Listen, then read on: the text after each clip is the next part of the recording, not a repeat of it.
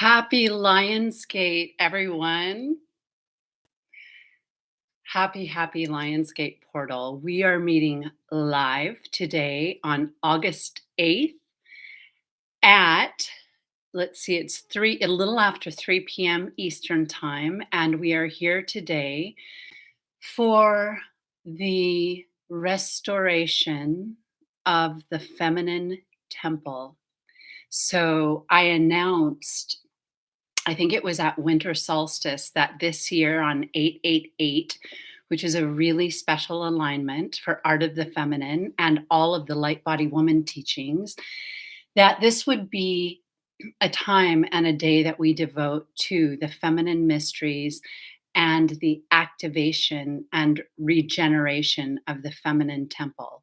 We could also say the divine feminine temple. And so Lionsgate already holds a tremendous amount of divine feminine energy coming in from the cosmic and activating through our sun. It's really activating the planet, and it is fertilizing the consciousness of humanity. And so as I say that, I can tune right into the portal. It's huge. And so it's so good to be here. But I wanted to just remind you that we're really going to focus on the feminine as well as the mysteries of what we call holy womanhood. Now, I have a lot of different things that I'm balancing that I want to say today. I'm going to be sharing with you a vision that I had last night that was really, really powerful. I also want to say a couple words about the Lilith video, which has not happened yet,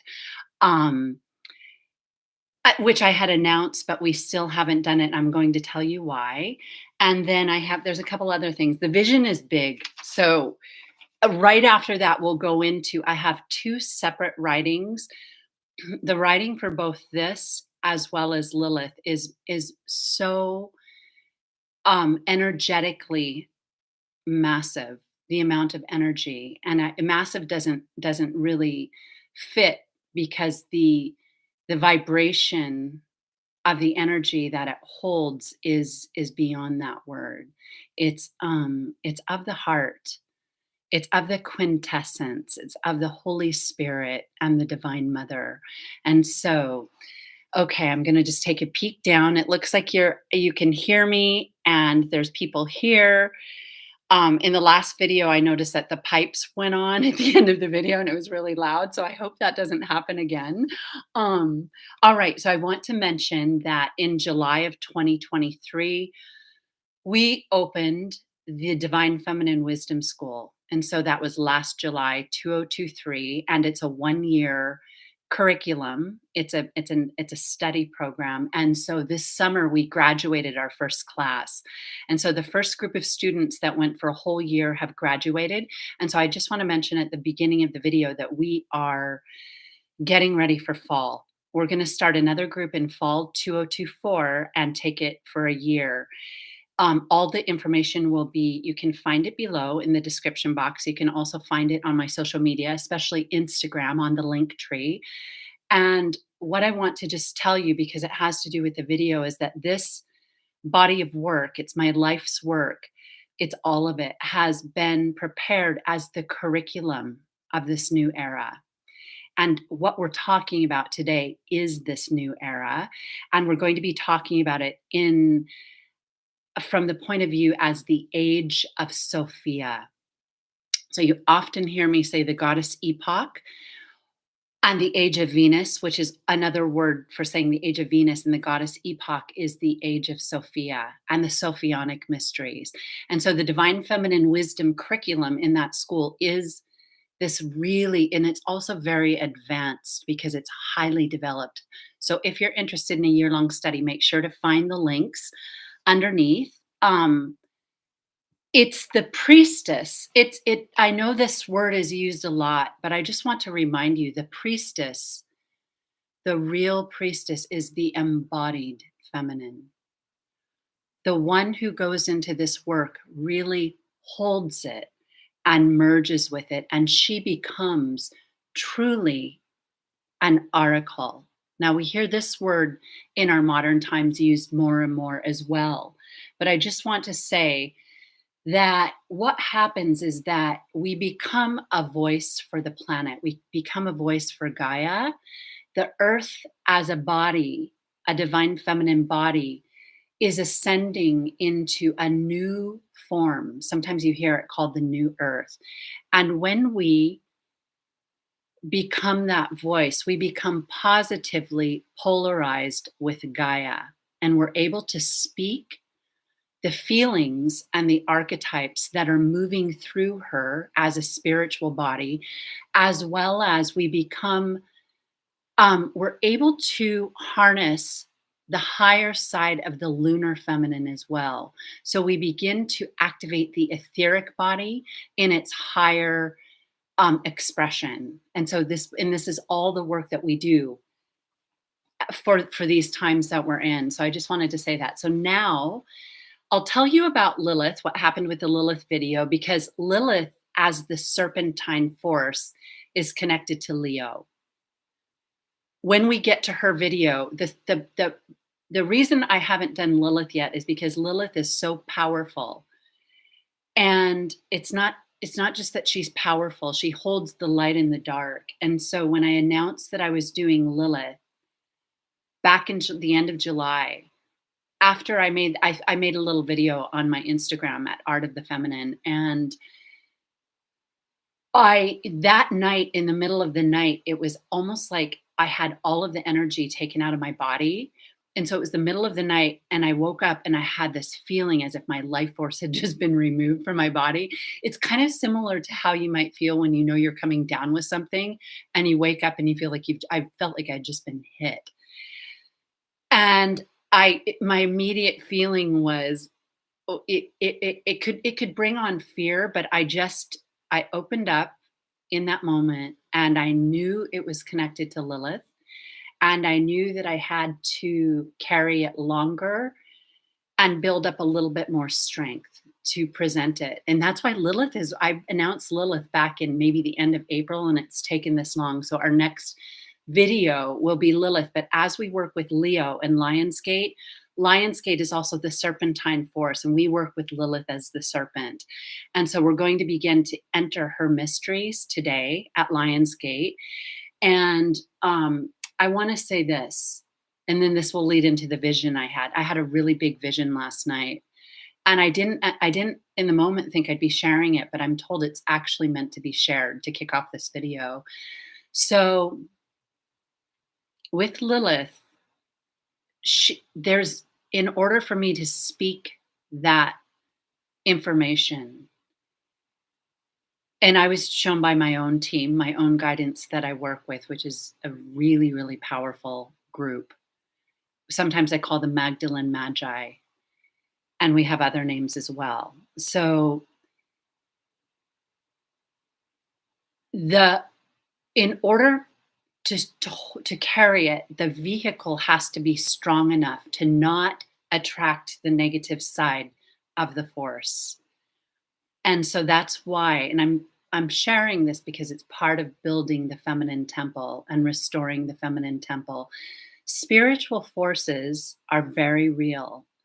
And when we begin to run them through our body, our word and our throat chakra has to be prepared to speak the higher words, the higher language that hold a really high voltage power of light.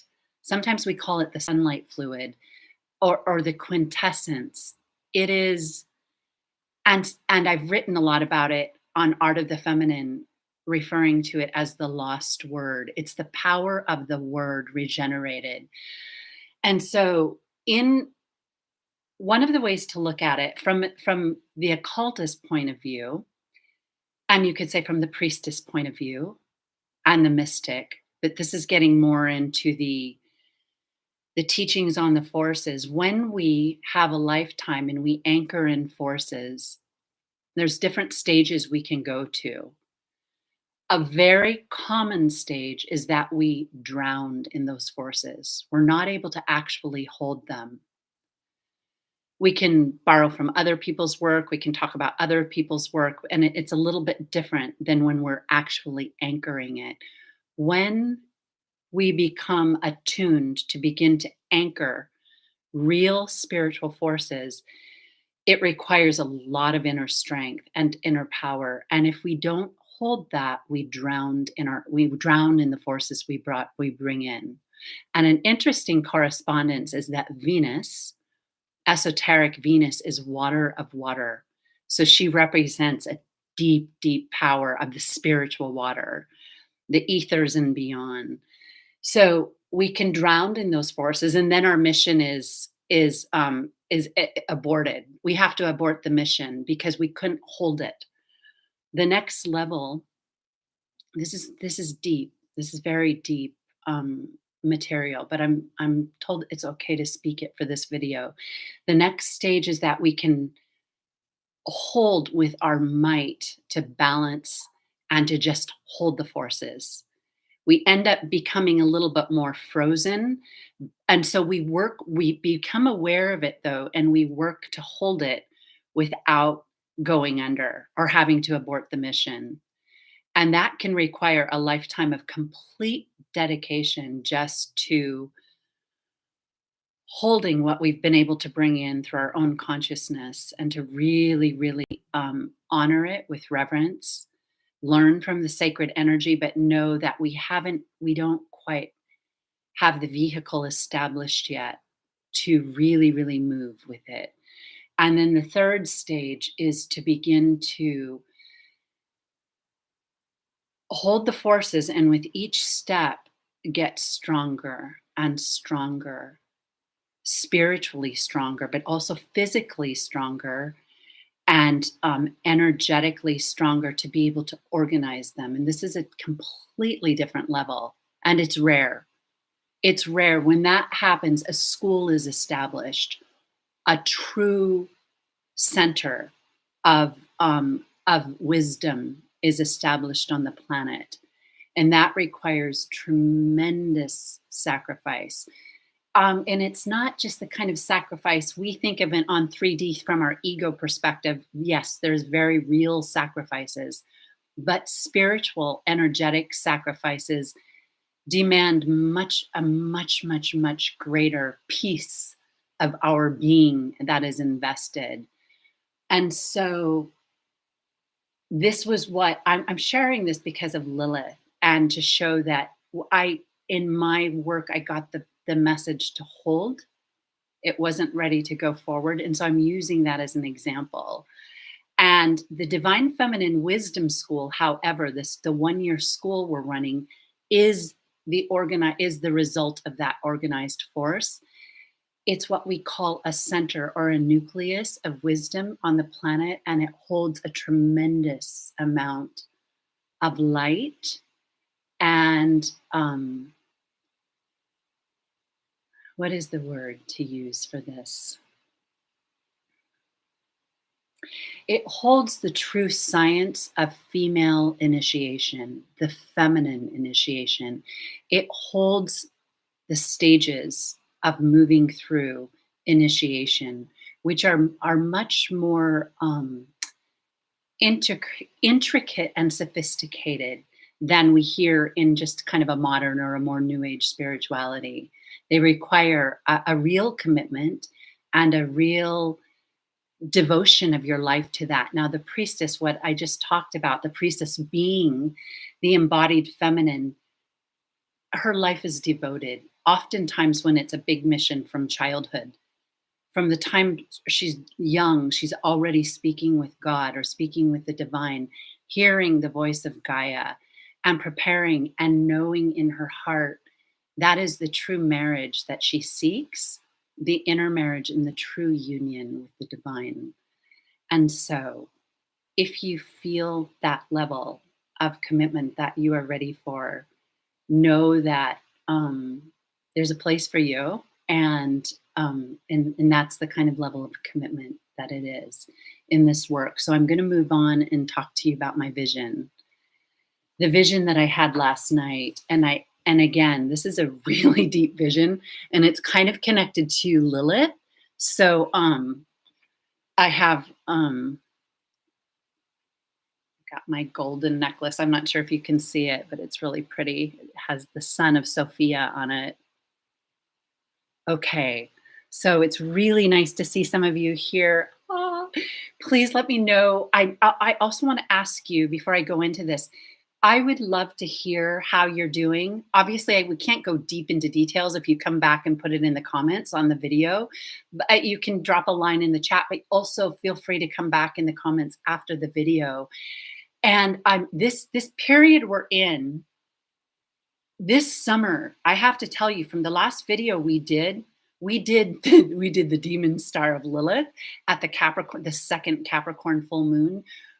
I just want to say for Lionsgate Portal, we are in a period like it is very, very on the table right now. I mean, the changes that are happening, and I think they'll pop through in the video.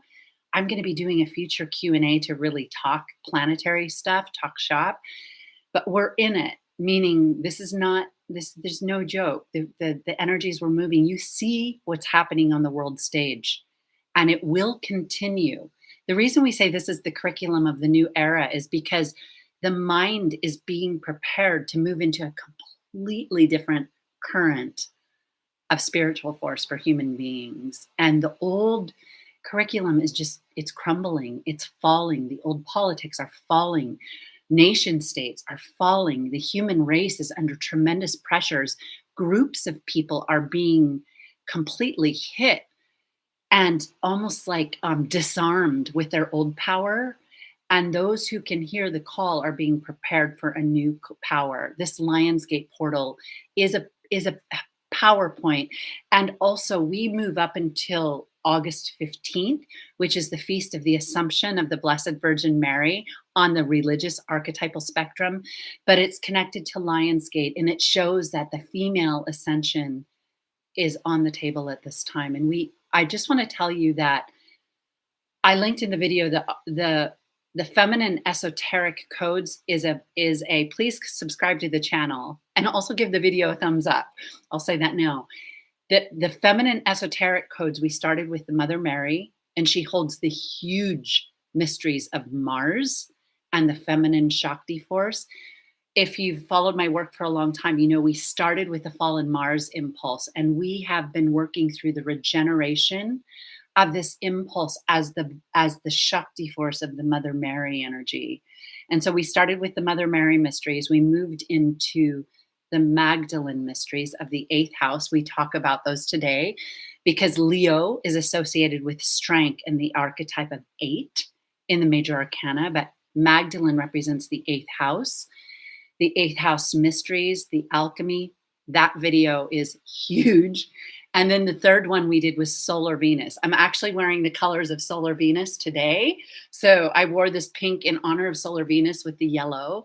And that video is loaded. And in that video, Leo is fertility. It's manifestation. It's the sexual force. In that video, the Solar Venus video in the feminine esoteric codes, I shared my personal journey with fertility and my story with fertility, and how through in my life, my highest initiation happened through conception when I merged with Sophia. Through that act, and then through pregnancy and through birth, and then after birth, and then I received a lot of validation. I talk about it in the video, but that was one of the true big initiations for Art of the Feminine that I held, which was merging with the Divine Mother through fertility. Leo is fertility. Leo is the 5th house. Lionsgate falls in the 5th house. It represents the regeneration of the heart, the imagination, as well as our powers of conception for new life. It represents the new relationships in the new era. It represents the solar feminine. We often on Lionsgate work with Venus in the solar feminine. It represents Venus, I believe, is in Virgo right now. Just moved through Leo. It represents in the age of Aquarius, the axis of Aquarius and Leo is lit. So Leo plays a huge role in the age of Aquarius. The energies of the sun and Uranus will be highlighted. The sun, of course, represents the sun and the heart and the Christ force, and that Uranus is connected to the dark sun, or the sun behind the sun. And so the polarity of these suns will be highlighted. There's so much we could go into. I'm just going to see if I should pull anything else. We know the age of Aquarius is the Aquarius full moon. How about this? The Aquarius full moon is August 19th. I'll talk about that more for the Aquarius full moon video. They're back to back because they're on the same axis. Okay, let me talk about this vision. But make sure to check out the Feminine Esoteric Codes. These are hardcore, long lectures. They're very filled with information. Lilith will be one of those, which we'll be doing next. So this is the vision. Oh, here we are. Okay. All right. The vision. I wrote down the order that I should say these things so I don't forget. So last night, I've been having really strong, because the energy this summer is so heightened. I shared in the last video, I've been under super heightened transits. I have a grand cross in the fixed signs, and because of the Uranus, Mars, and Algol hits, and Uranus is still right there, my whole chart was really lit up. And then I have several other transits happening that were why I had to stop and hold the energy. Because if you don't hear that inner voice of your inner Hierophant or your inner teacher, and you push forward through your ego, you get hit. That's when you drown in the forces. So that night is when I got the message, you need to strengthen. It needs a little more time to build. So through the summer, at night, I've been having visitations as I drop off to sleep, and then I kind of wake back up in the heightened state. And so this doesn't always happen to me, but different periods in my life it's happened. The ether comes into it. What's the word? It merges with the atmosphere in the dark. And so the dark, if like I'm in a dark room, I'm asleep, obviously it's nighttime, and all of a sudden the dark becomes light. The ether lights it up. And within the ether, shapes come. And it's like it's the intelligence transmission. And it's a certain way of communicating, and it's startling. It can actually, when the first times it happened to me, my heart almost stopped, because it's like seeing a ghost, but this isn't a ghost. This is a different level.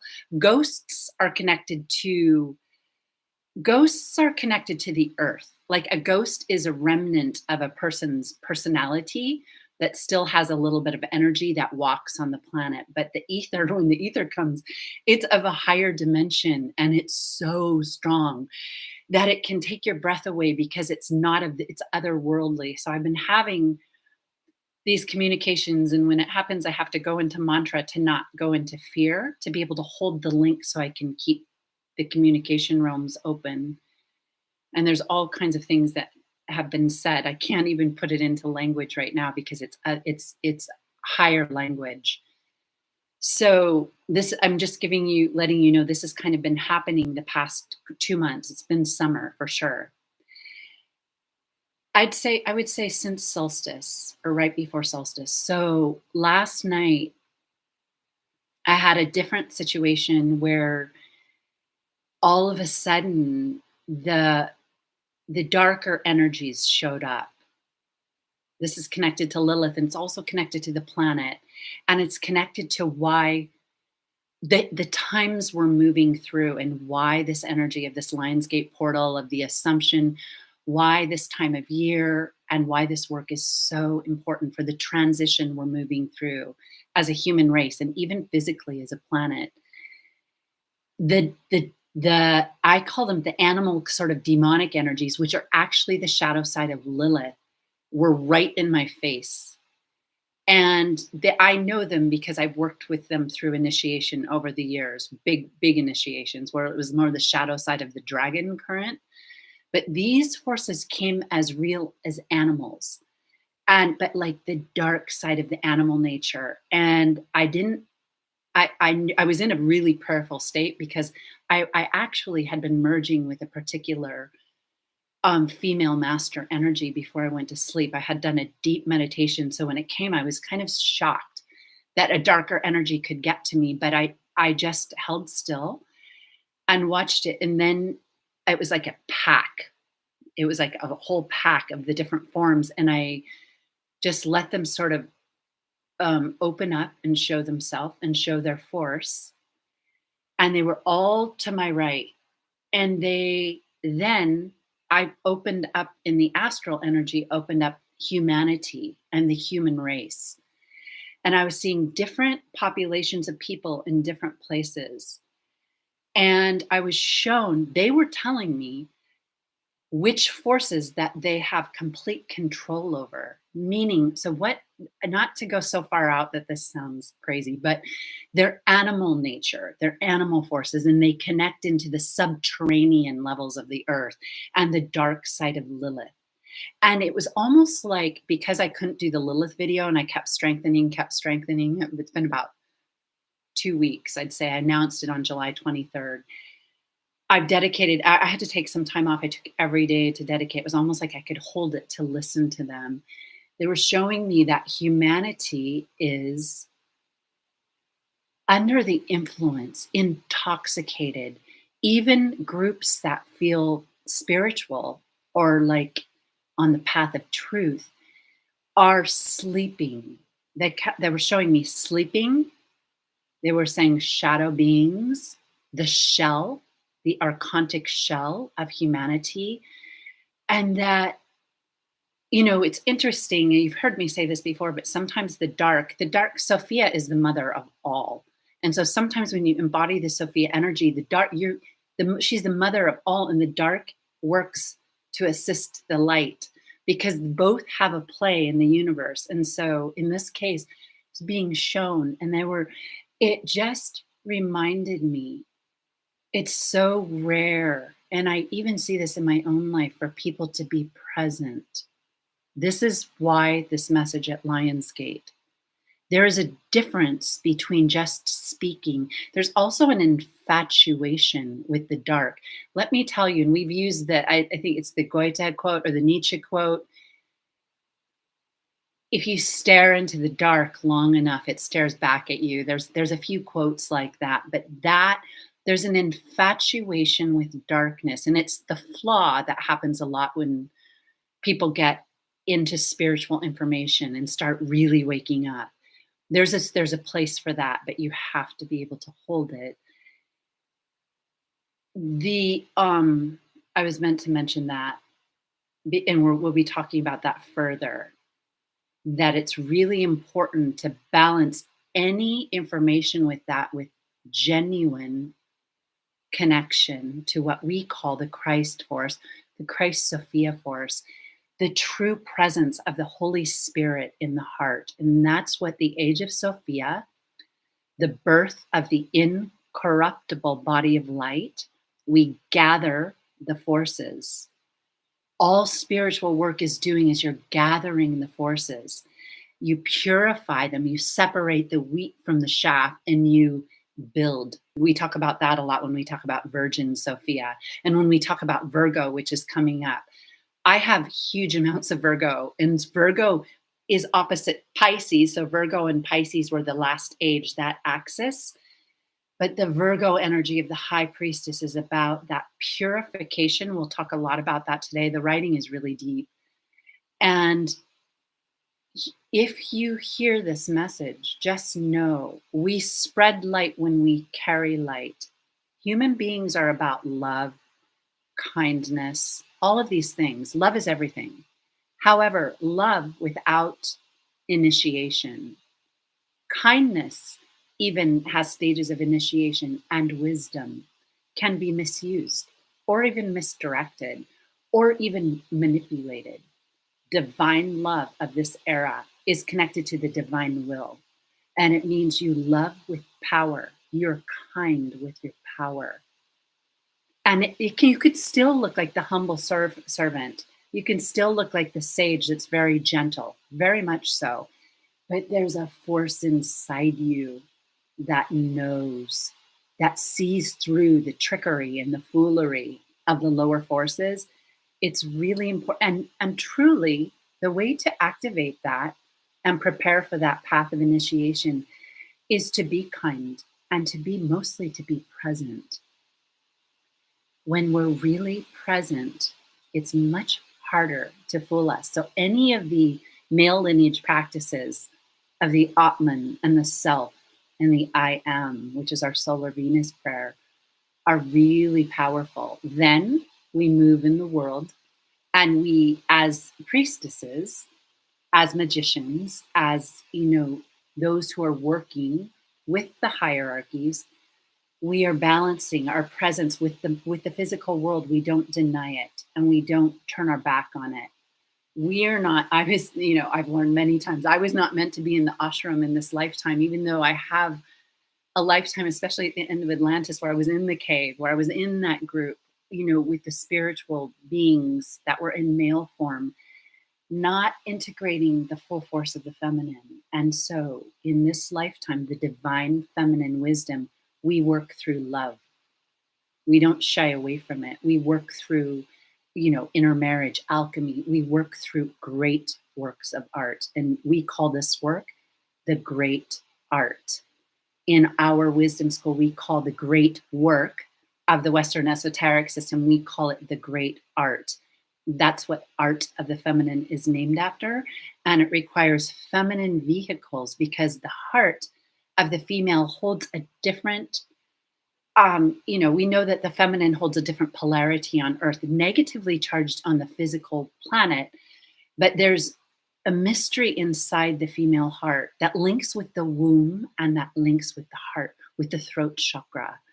And so it's important. The woman goes, because the woman is represented by the number 2 and the number 3, she interfaces with the world. In this lifetime, she's not meant to be hidden away in the ashram, even though we have definitely have our own isolation tanks and spaces that we work from. And I know I've had to go through long periods of enforced isolation, but not in an ashram, not in a more kind of cushy spiritual environment in the world. So the animal consciousness is in possession and we must wake up.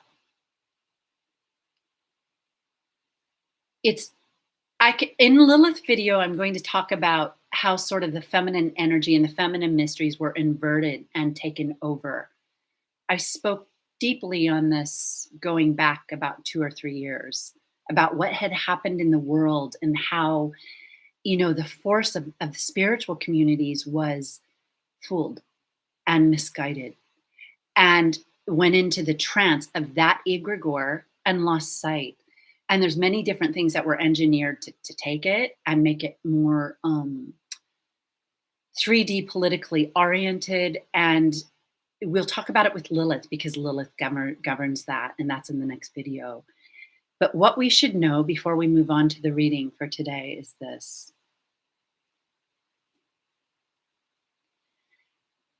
Notice when you're talking to people, if you're awake in your goddess consciousness, or if you're just running stuff. When you hear in like Advaita or Zen or any of these teachings in Buddhism that everything is passing like clouds, that's in the 3D world.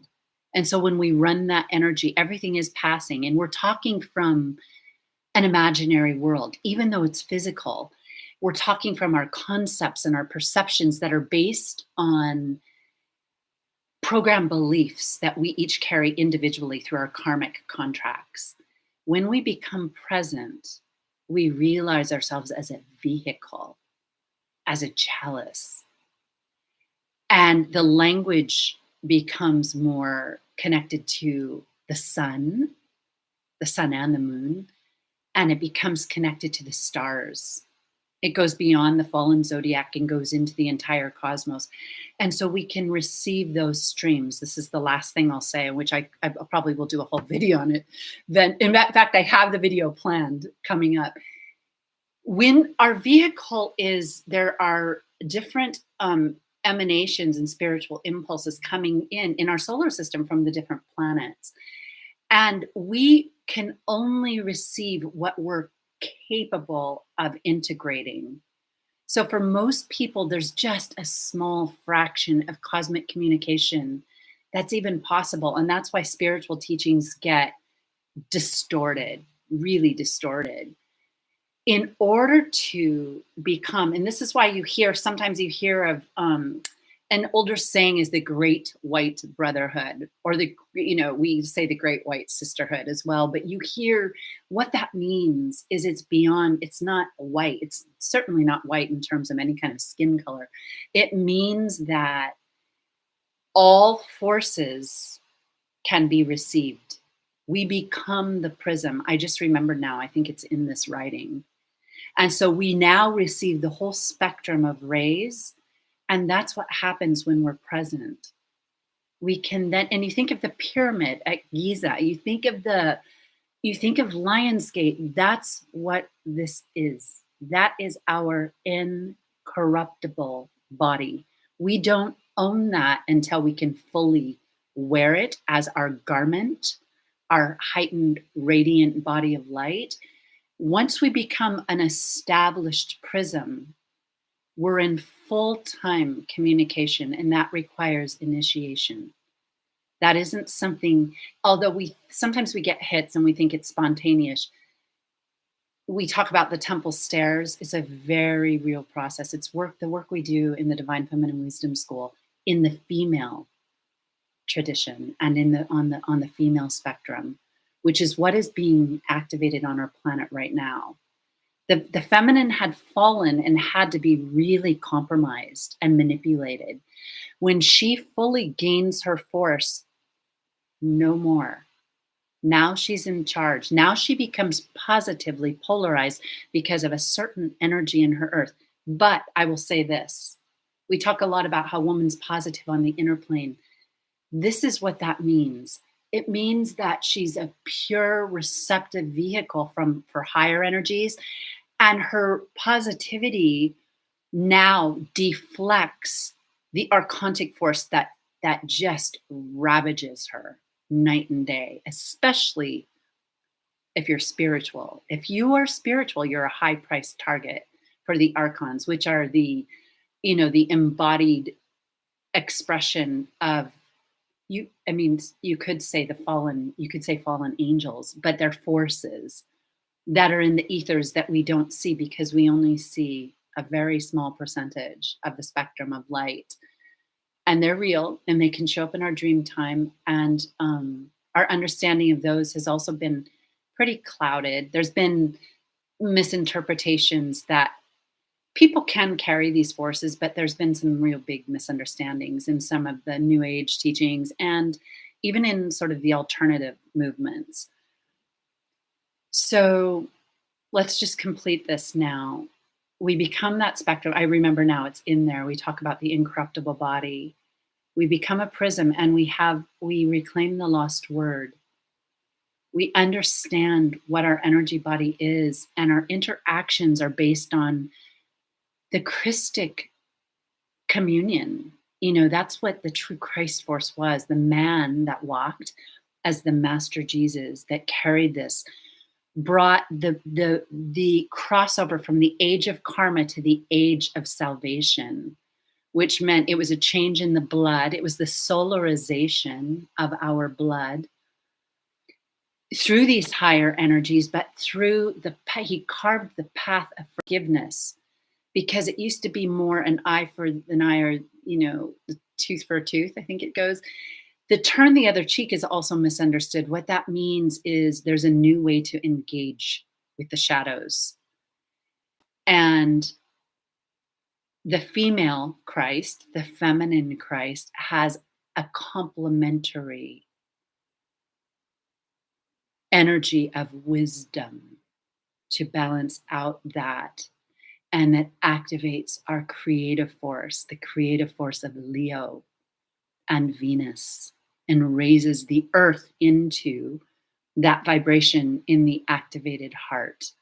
So in terms of seeing the populations, that is not a judgment, but imagine humanity when they break out of that empty shell, which is called in Gnostic teachings the archontic shell. That's what the archons are. There is shell around the nucleus of the seed.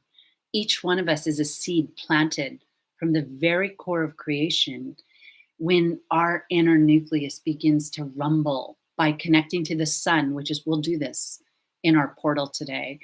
When the sun hits that seed, it's like the seed in the dark underworld, the ground. The seed receives the communication of the sun, the moon too, and she begins to vibrate. And she begins, sometimes the layers there's different layers of the seed, and her encoded template for this lifetime is stimulated so that she will grow into the fruit or the tree of life that she has come to be, with her particular patterning to give birth to whatever fruit, whether it's oranges or apricots or apples or whatever it is.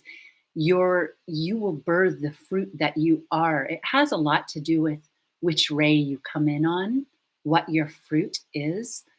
But this is why the shells need to be stimulated. There's one more thing that I feel coming in. I'm going to just say it briefly. So some of you know I had a kind of a reach back into my own religious upbringing. In the past year, it was completely guided, and I spent some time with it, but ended up completely reacquainting myself with the true mysteries. So sometimes people will say this is dogmatic religion. We're going to be talking about this, how the early Gnostic, like Christos teachings, how they merged into what became the church. But these teachings are profoundly encoded there. And very interestingly, a lot of very high level, master level energies on the planet will like go through different stages and then find their way back in for that reason. There's some work being done. That's not to say that this sort of mass collective awakening that's happening has access to those. I see that they do not. Meaning, because your behavior shows what you're accessing. And when someone says, I'm doing this, from the point of view of the divine feminine wisdom, that will also come through your words and your actions. So you know someone's, by the fruit that they bear. You will know them by their fruits. Is it just a total saturation of the old 3D energies of the true dogma without the knowledge, the higher knowledge? Or is it the real?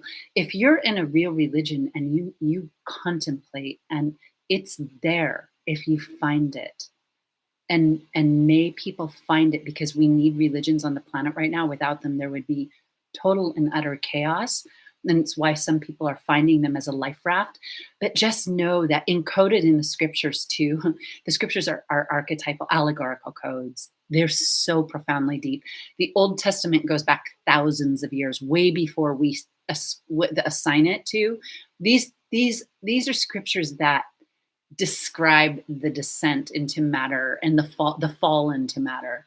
And then the new ones hold what would be some of the codes of the Essenes or the Therapeutae of the early church, even, that studied this specifically.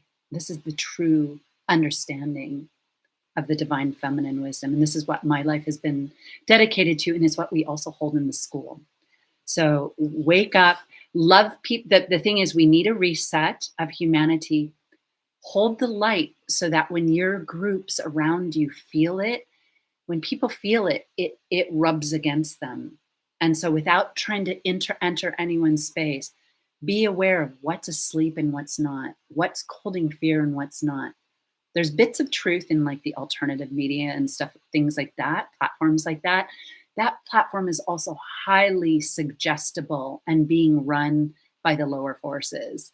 It's kind of in a trance over an idea that's not the true idea of what's happening right now. We'll speak to that more with Lilith. So here we are. Welcome to Lionsgate Portal. All right. I'm just gonna take a peek. Make sure to say hi and tell me, Sarah, oh, it's nice to see you.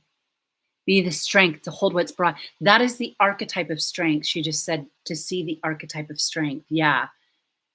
It doesn't sound crazy at all. Thank you. Oh, Brianne, nice to see you. Okay, I'll look down in just a moment. I'm going to keep the flow going. Now we're moving in to the next segment. After we do this, we'll do our solar Venus activation and we'll go in. We have in light body dance, in light body yoga, which by the way, Art of the Feminine website is back up and there's a section called the trainings or the feminine mysteries where I have some things available. But also if you're interested in the school, that link is in my link tree right now. It won't be up for long, but that's the whole body of work. That's the year long, but there's a couple like 7 or 8 week courses. So we in light body yoga, we teach in light body dance. We have a whole dance ritual around the seed. It was the first ritual given to me in my bedroom in 1992. I shared this in my last video in Solar Venus about how I was activated through dance. And this was the ritual that was given. It was the ritual of the seed in the womb, but it could also be the seed in the ground. So here we are, the age of the female adepts, the age of the female adepts. I have a long post about that. I also, the blog is back up on artofthefeminine.com and I'm going to put a little subscribe button so you can specifically get these blog posts. I have about 100 ready to go. The age of the female adept is the new era that we're moving into where woman will be no longer in bondage. It's a kind of feminism, but it's a spiritual feminism and it's not out to get anyone. And it certainly understands the profound power of the word and never, I won't say never, but understands the responsibility with speaking from this platform and how precise it is and how it's linked to the heart. So when woman activates her Venus chamber, and it's written right there, and her womb, oh wow, it's here. She becomes positively charged with Gaia. Sometimes you hear Gaia Sophia. So this is the priestess. She becomes the oracle of Gaia. The Magdalene lineage awakens and her physical being and her etheric body, her lunar feminine in the woman, becomes one, merges with the earth and with the higher forces. So now she's helping carry the world through ascension. Like we become assistants of the hierarchies for ascension with our actions and our words. Okay. All right, I'll do it like this so I don't lose track. Okay, so the Solar Venus Mysteries, I already told you, that's the video where I shared my fertility story of merging fully with Divine Sophia. Okay. Oh, these are the mysteries we went through. We've gone through the Solar Venus Mysteries, fertility, the white sun, and the Holy Dove Mysteries. We had that white sun on the thumbnail emerging from the chalice. That's what this Lionsgate work is. We also went into Magdalene's 8th house mysteries. Lilith is next. And also, the white sun also represents the regeneration of the Tower of Babel. Actually, it's in the writing. Okay. Lionsgate portal represents the assumption of the Mother Mary archetype and her transfiguration, her ascension as the divine holy Sophia of the cosmos. These are the esoteric feminine codes. Okay. All right, here we are. The feminine mysteries and the descent of Sophia's light for this coming age, or the descent of the dove. So when I say that Divine Feminine Wisdom School is a nucleus, it's been prepared to fully receive. You imagine it's coming in centers that will truly hold it, meaning be able to balance and not get too wobbly with the force because it's of another frequency than we're used to. The mysteries of the feminine are to be found in the heart, the place where our divinity merges with our humanity. Human love is the platform of the soul entering the world of matter. You've heard the saying, when two or more gather in my name. When you think of when you love somebody, you've created that mantle of the two. And the woman, the number 2 is the number of the woman. It's the number of the moon and the high priestess. And it shows that the woman is fertilized when she interfaces. Now, you're also inwardly fertilized, but we've come to fertilize in the world of matter as well. We don't sit hidden in ashrams. We are the mothers. We are the artists. We are the priestesses of this planet at this time. We receive our specific blueprint of what we are here to do. And it's so nice to see. I know a lot of people that I see on social media, on my Instagram, are doing their work and are so focused in it. Last video, we talked about not being too concerned what other people are doing. Listen to your voice. Do your work, and you cannot fail. There's no competition in this work. In fact, I was meant to say this at the beginning. Now is a time for any true worker that's been accepted by the hierarchy as an initiate, the feminine hierarchies, is not in competition with any other woman. Because when you sound your note, it's impossible.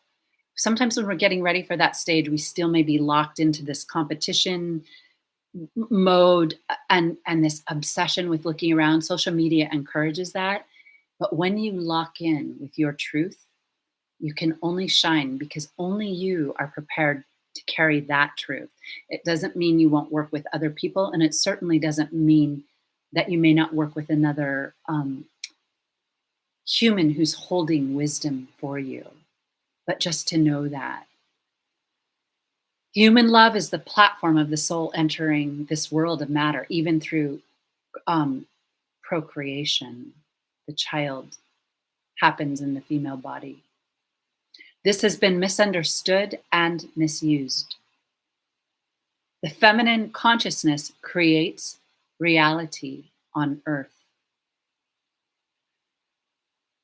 When the heart of woman is not elevated, the children of her womb do not receive the potency that she was designed to transmit as the mother's vehicle of the stars and the planets, as well as the fertility of Gaia,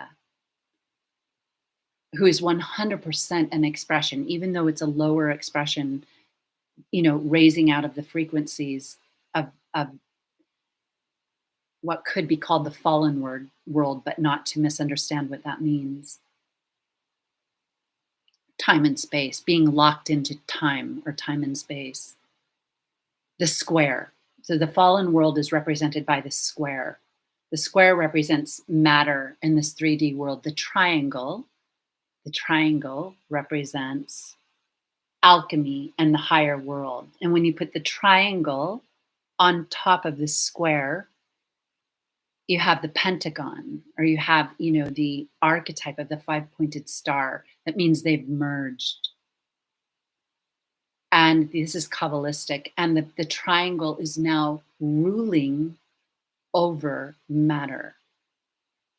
The triangle represents the quintessence, light of the holy presence of Sophia. We cannot ascend without the Divine Mother. And in this age, it's her water that's coming in to fertilize our soul and to grow our seeds. When the heart of woman is not elevated, her children and her womb do not receive this transmission. And it's also the visioning power. My whole work is built on the creative imagination and very deep wisdom on how we activate. You hear like a lot of law of attraction and different kinds of manifesting things that happen in 3D. And there are codes that you can manifest in 3D. We talk about here. In fact, I did a really long writing. I'll post this on the blog. I'll post this on the Art of the Feminine blog because I couldn't fit it all in the Instagram post. So the serpentine forces, there's the lower forces of Lilith, and then the higher heavenly forces. A lot of manifestation techniques use the lower serpentine force, create physical things, but they're shallow shells. they're subjected to death.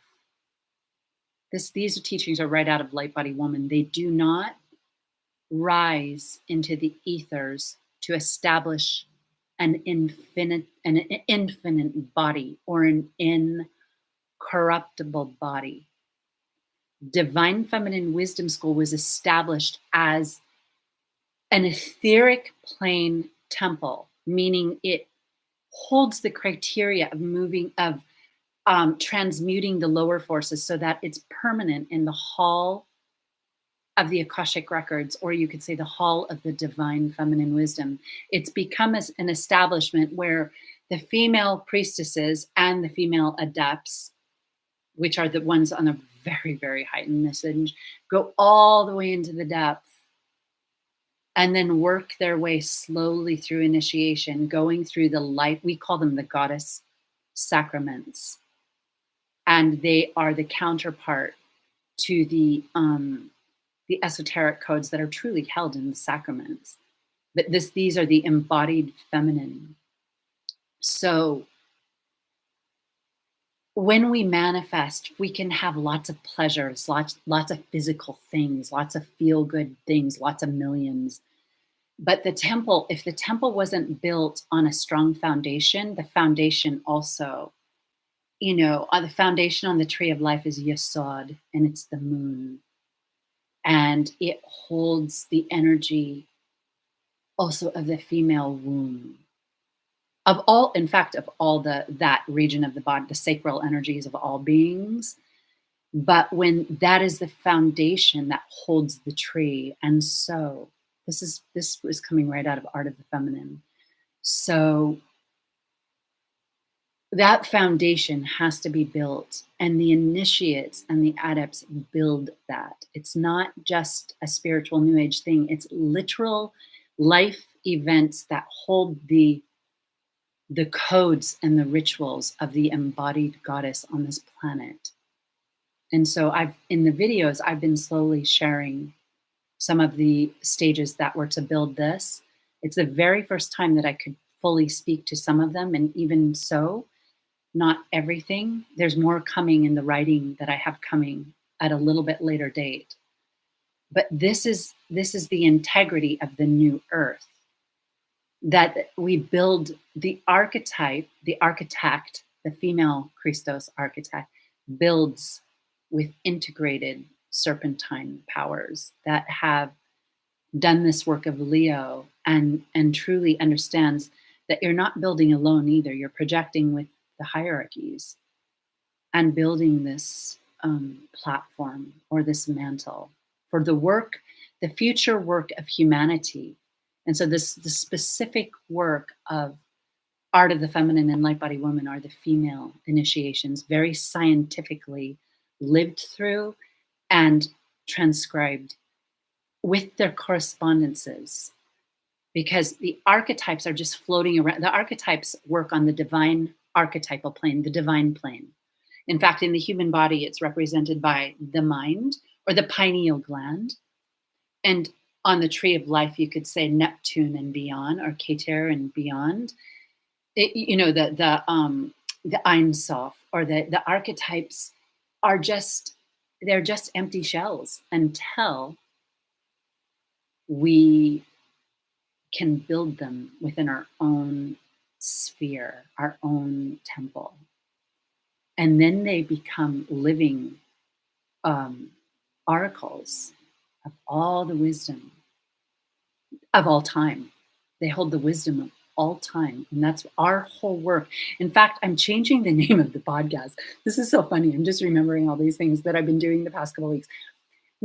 I used to call it Divine Archetype Astrology, but just know that the astrology that I'll be doing on this channel, Shannon Port, is Divine Feminine Astrology, which we used to call Divine Archetype Astrology or Sophianic Astrology, holds the full blossom of these archetypes, and it will more and more. That's why we use astrology, only for that reason. We look at what's happening on the planet, but we're also working with the higher zodiac. That's the body of Sophia, the entire cosmos. We call upon the cosmic fruits. when I do Divine Feminine Astrology. And I'll probably do one for the Aquarius. I almost said August, but the Aquarius full moon is on August 19th. That's a big date on the planet Earth, by the way. There's some big things happening at that time. So we'll do an astrology video for that. So, okay. I said a lot about that, so I'm going to keep going. All right.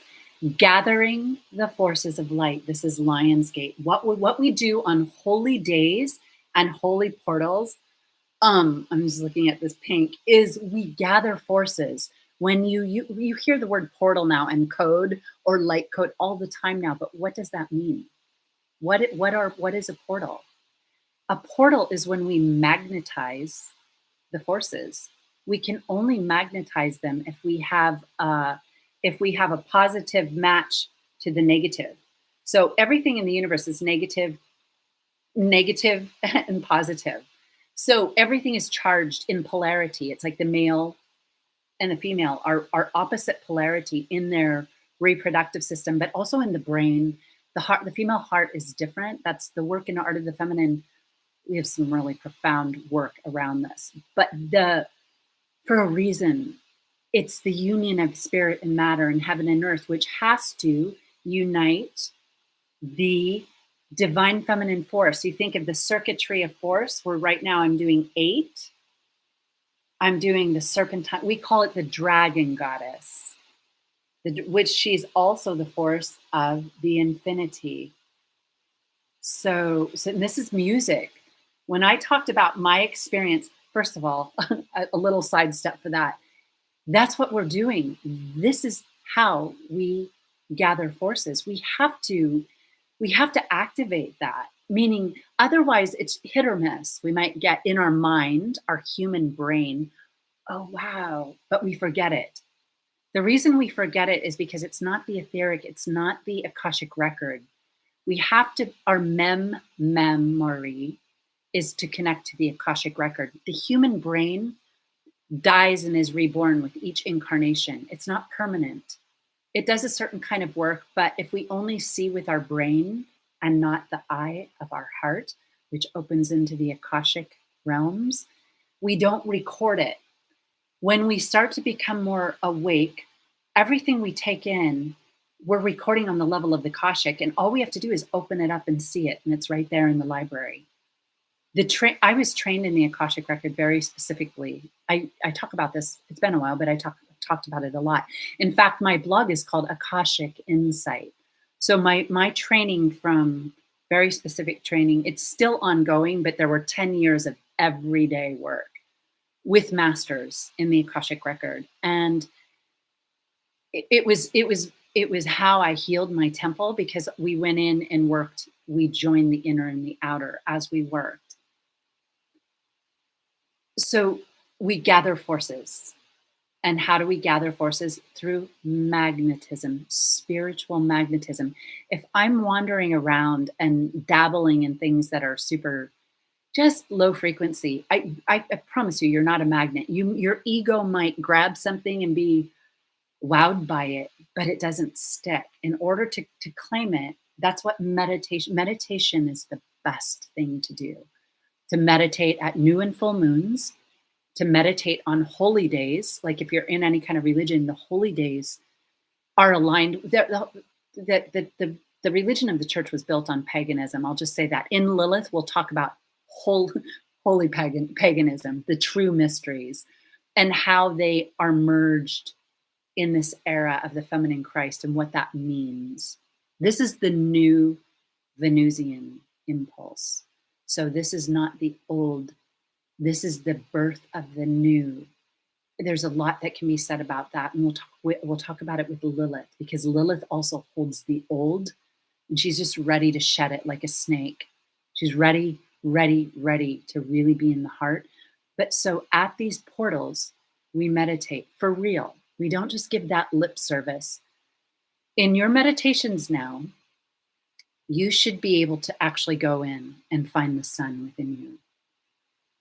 You have to find the inner sun in order to connect to the outer sun.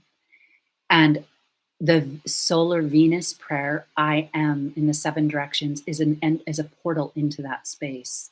It activates the Merkabic field with the 7 points and then some. It's very, very built up in this school, and so it carries real power. If you just sit down and say it, it can take you in. Then we go in, and we let everything else subside. We let the chief goddess take charge. That's Sophia. She comes in to rule. This is the work of the coming age. For women to embody this, and it's a little more, in terms of initiation, there's very real stages, because we're talking alchemy. And alchemy can be spontaneous, but there's also steps to it.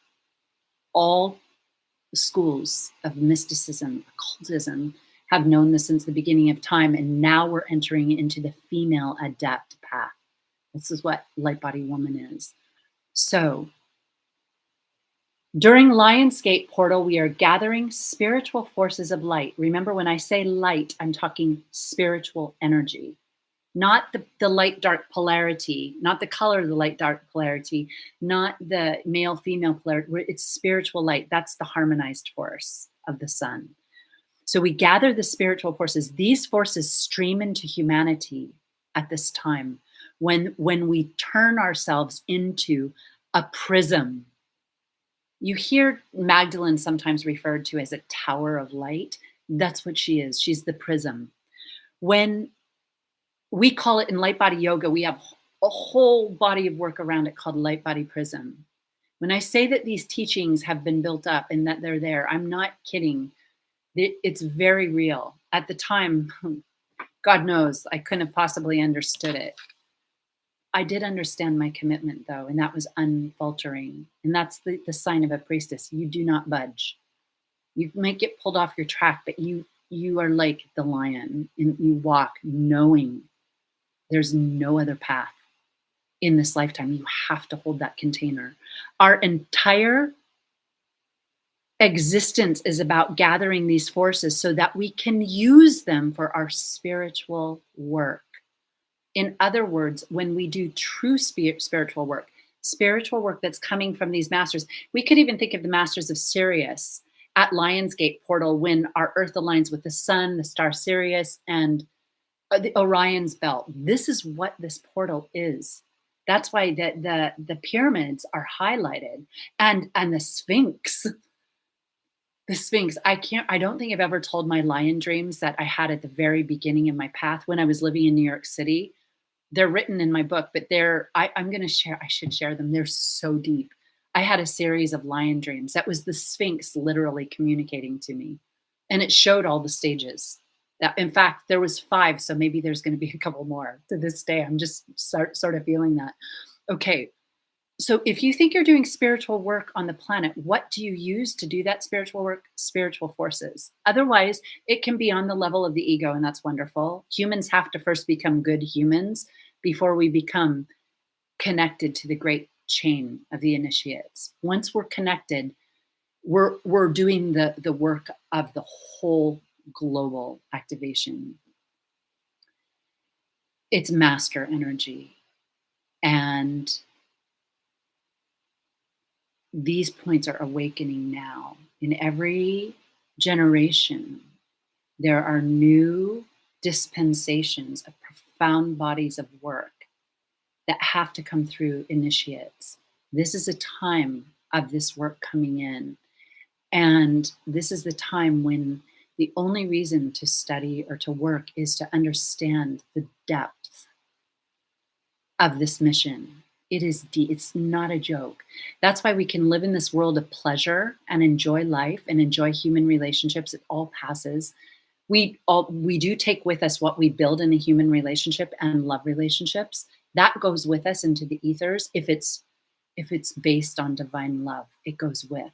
The other stuff is filed into our karmic bank, and we have to just keep learning it on the wheel, on the zodiac. We keep incarnating. That's why the Buddhists talk a lot about coming off the wheel. And so do we. We talk about coming into the center of the wheel, which we called the solar feminine heart or nucleus. So I also want to say that we become the instrument to reflect goddess consciousness. So I'll say goddess consciousness as Sophia consciousness. You could say I am consciousness or Christ consciousness, but specifically in this time, we are coming in, the divine females are coming in to hold the goddess. It's a different age we're entering, a new epoch, which we were told to call the goddess epoch. And so I call it that a lot. And also the age of Venus, because it's the age of the heart and these mysteries being birthed so that humans ascend into the Venusian and become the new level of Earth. Now, Venus rules the throat, chakra, number 5. That's why you'll often hear people talking of the 5th dimension. Leo is the 5th house. You see how the law of correspondence works? Leo is 5. And so even though it is ruled by the sun, the number 5 is connected to the throat and Venus. We see in some systems, Venus is also the heart, but the sun and Venus switch back and forth here. They switch back and forth. So in alchemy, you might have it one way. In the Eastern systems, you might have it another way. But the sun and Venus are the solar feminine force that births the Sophia Logos, the language of the goddess, the lost word reclaimed. We become a prism to do this work. The spiritual and angelic hierarchies, this is the writing for Lionsgate Portal, by the way, because I've been going on for a while.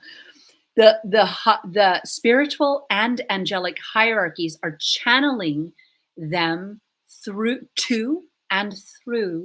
those who are attuned to her holy presence. So in this era, being attuned to the goddess and this work and regeneration that's happening in the heart is where it's at. Whether you're birthing great works of art, whether you're birthing spiritual work, whether you're birthing a child, a love relationship, and remember those specifically, I came in this lifetime to carry the fertility restoration. I actually got to live it, and I talk about it in Solar Venus. Very real.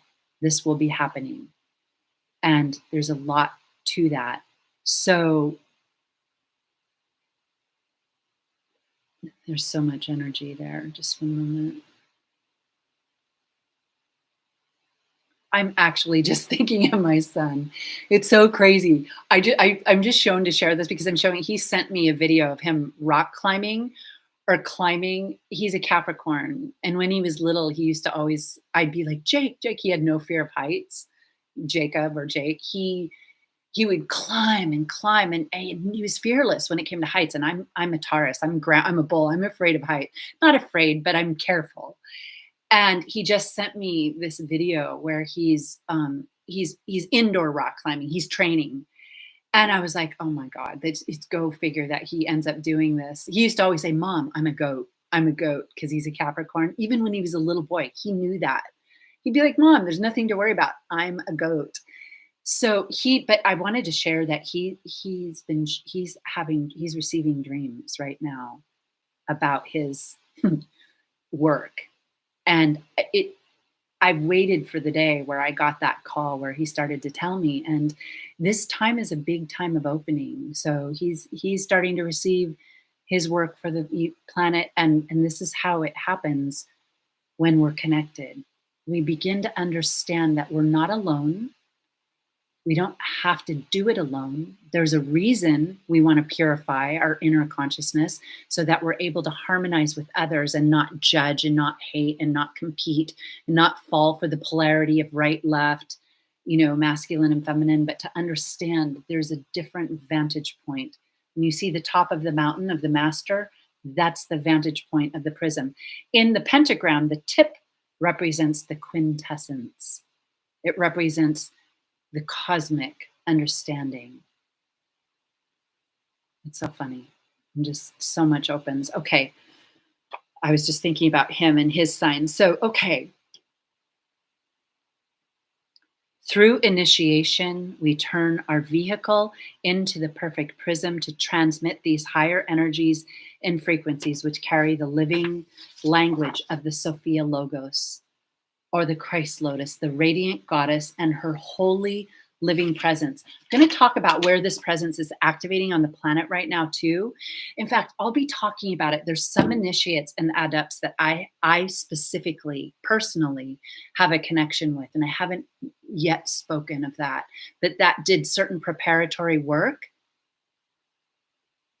you know, some in female form and some in male form, but that we're beginning to set the stage for what's happening now. Okay, this consciousness allows us to connect to the cosmic heart or the cosmic sun. It connects our inner sun with that sun, and then our circuitry of force is activated, and we are plugged in to our true I, our true identity, the I am. I wrote a post on Instagram today. Please follow on Instagram. I'm starting to be more active there, and I think it's going to be fun. It's Art of the Feminine, but I wrote a post about, for Lionsgate, about an image I love from Emily Balovit, which is the strength archetype in her art, which is so awesome. It's just so great. It just speaks. It's alive. But we talked about the I am. So the I am, that's so funny, right? When I said that, somebody posted on it. The I am is that sun. And the Sophia Logos is the feminine aspect of that sun. So this is what connects when the inner sun connects to the outer sun. That is in our own heart. We harmonize the inner sun with the outer sun. We raise the lower light of nature. There's different ways to speak of this even in the Western esoteric tradition. There's lower nature and higher nature. There's the mother and the daughter. There's certain things I won't say because they unfortunately get tagged in the wrong way, but they're really, really pointing to the lower serpentine forces being transmuted. And the daughter, the Magdalene, who's gone into the depths, does this work. It's nature as Gaia, and this is how we regenerate her. And she has an inner sun as well. We oftentimes when we go into the light body Stargate, we do the activation of the sun in the heart with the sun in Gaia, the deep, deep core of Gaia with the cosmics. We'll do the sun above us, and then sometimes we take it into the cosmic sun. That activates, in fact, all 4 Kabbalistic planes. But this is what's happening. When your sun is lit, Gaia's sun knows that your sun is lit. And then you become what we call an oracle, or embodied feminine, which means you can speak for her, truly, and will be needed in these times with all the confusion around the planet and what's what and the new technologies and which route we're meant to go. Everything with AI that's coming in bigger than we can even imagine. And Lilith is all about that. Just so you know, when we get to Lilith, it's huge. Yeah. So, all right. The lower light reflects our animal nature and is limited by our fallen thought patterns, the lower thought patterns in the fallen language. So in mysticism, the word fell. That's why we talk about the regeneration of the word, or the language that commands the elements. That's what happens with Leo. We begin to, once we awaken our creative imagination, that's why everybody on the exoteric teachings, everyone doesn't like manifestation videos for Lionsgate, because that's what it's showing us, that we can manifest. There's much deeper teachings, and we've always focused on the inner truths around that. But also, in fact, I was just telling someone I really love that has worked with me. We're getting ready to do more manifestation work here. And it starts with Lilith, and it's really powerful. It's the proper frequency for the light body woman teachings. It's the new creative force, or the new Venusian current. So by the fallen word, we mean we lost the sound current. We lost our ability to speak the truth. When you really meditate on that, it's astounding how much of what we say is truth. How much is just patterns running? When we have a conversation, how much are we just repeating, or speaking to our wounds? We need to do that. But that is truly the lost word. We, instead of speaking the words of power that really move and the words of power are meant to connect to other people's inner sun, their heart, and activate them. When you speak those words, the reclaimed lost word, you're activating people, because when they hear you, they know. They're like, oh, I want to be near that, or I need to work with this person, or read the word. It's in our words. There's a mystery. There's certain written language that can hold the vibration of the one who spoke it. It's so powerful. We don't write that way anymore, and that's why most things are dead. If you've ever had the opportunity to hold a living text, it's completely different. And it's almost like the chain of masters kind of come in. There's a science to it, and it takes a level of purity, but it's very real. That's the lost word reclaimed. Both the written and the spoken hold the sound current. And I've been sharing a lot, quite about my I'm tying this in, my history with working with words of power and chanting as part of building this. That was a huge part of it, to kind of to harmonize, or entrain is the right word. In music or rhythm, you think of the entrainment. Our heart entrains like an instrument. I have something so big to say. I'm going to say it. It's in the Lilith video too. But we've been talking about this. Your heart entrains with nature. So when your heart is carrying solar Venus, and solar Venus, by the way, is a mantra for this platform. So you can now just say, solar Venus, activate. Write that down. Solar Venus, activate. It will just give you the image of your heart, and the I am activating in your heart. What happens is we have this sphere of imaginative forces, and when we hold, when our sphere is on and lit spiritually, energetically, nature responds to us, and her music starts to come back. The music is muted out with lower frequencies, lower music, lower, and we need a little of that. That lower music kind of gets our lower centers going. It's fun to listen to some good, like old school or new school, whatever moves you, but it's usually from the lower part of the heart and the lower chakras. And we dance and we shake our hips and we move around, and we can run that. And it's in alchemy, it works with the secret of like the small percentage of lower lust frequency that we need. It gives us a little of that. But if we only live in that, we never reach the purer frequencies. We're meant to use that with discernment to get us turned on in this world. Otherwise, we die. We need a little, we call it the desire force. For those of you who listen to the whole Art of the Feminine podcast, those 65 episodes, we talk a lot about desire. And the desire force can run if our desire force dies, though, the old tradition of the male tradition of cutting off from the body in the world was needed at that time. But now we need to run a little bit of the lower to kind of get our vehicle alive. Because, when people start to die, they no longer want to hear things that are, they start to reject everything.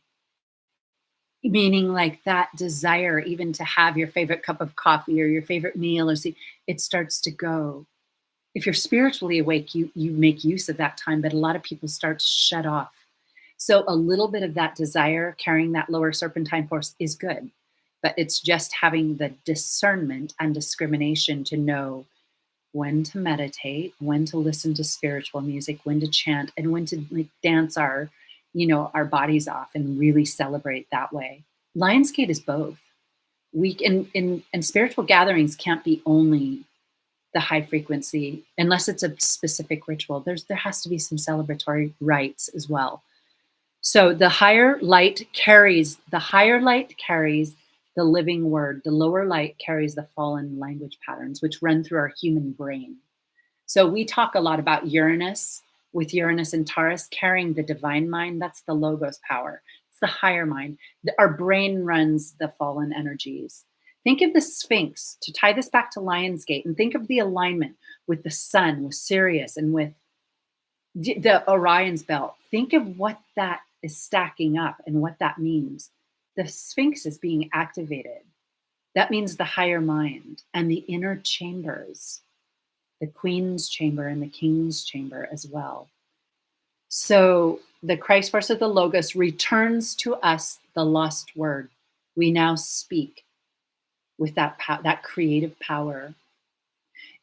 I've talked in the early Art of the Feminine podcast, we talked about the throat as the center of the masculine and feminine in every human being, with the tongue carrying the male organ and the roof and the soft palate carrying the womb of the woman. And so we give birth to the sound when we speak. That is a true birth. I want to say that there are also even mudras and positions that in certain forms of meditation that the sages work with to begin to heal that center using the tongue. And we work with some of those in Light Body Yoga. Okay. This is the kingdom of, so when we reclaim that lost word, this is the kingdom of Holy Sophia. It is Sophia who rules the sacred sound current of the light body Shakti of Mother Mary. We talked about this in the Mother Mary Mysteries in the Feminine Esoteric Codes playlist. She is the word. Mother Mary is the word of the creative force birthed through the awakened heart and throat chakra, as well as the womb. And she commands the elements, even, and they put this in capital letters, even the Archons have to respond to her. Think of Revelation. We've been talking a lot about Revelation and the mysteries of the Virgin clothed in the sun, how she's stepping on the dragon. She commands that. She's showing, I've got the 12 stars on my head, the cosmos is activated, and I am mother of the world and of the universe. Truly. Not as opposed, I give birth to fathers and sons.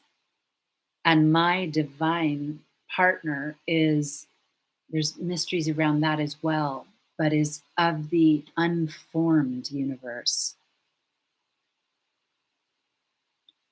Obey her. The Archons obey her, for she is the true mother of all, with a capital A. We receive Holy Sophia as the impulse. So Sophia, the Sophianic impulse, governs the age of Sophia and the return of her divine feminine wisdom. She's the impulse of this creative energy, and people can feel her, and there's certain parts of the planet that are meant to birth her and who carry, even in the religions, she is there. Think of the Orthodox teachings that hold Sophia and the temples that have been built. She does not discard, she uses everything.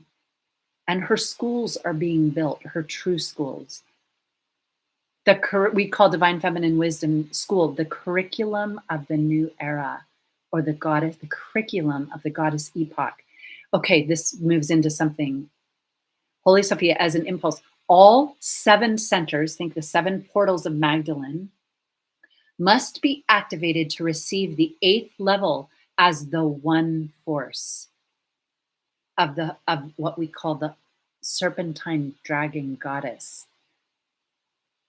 This is the year of the dragon. Our image of her that we've always worked with at Art of the Feminine is the dragon goddess. So she represents the coming in and the opening of the 8th star. But in order to receive that, and it's connected to Venus and the 8-pointed star of Venus, in order to carry that, and Inanna, the 8th star corresponds to the Sophianic light that is the seal, and then they put the etheric seal of her initiates. So let's just take that again for the restoration of the divine feminine temple, the seal of her female initiates. I have to speak to the female lineage today, even though I should say this, I should have said it at the beginning. All male and females are part of this work. We need each other in every way, and non-binary, in every way. In every way. We all play a very unique part.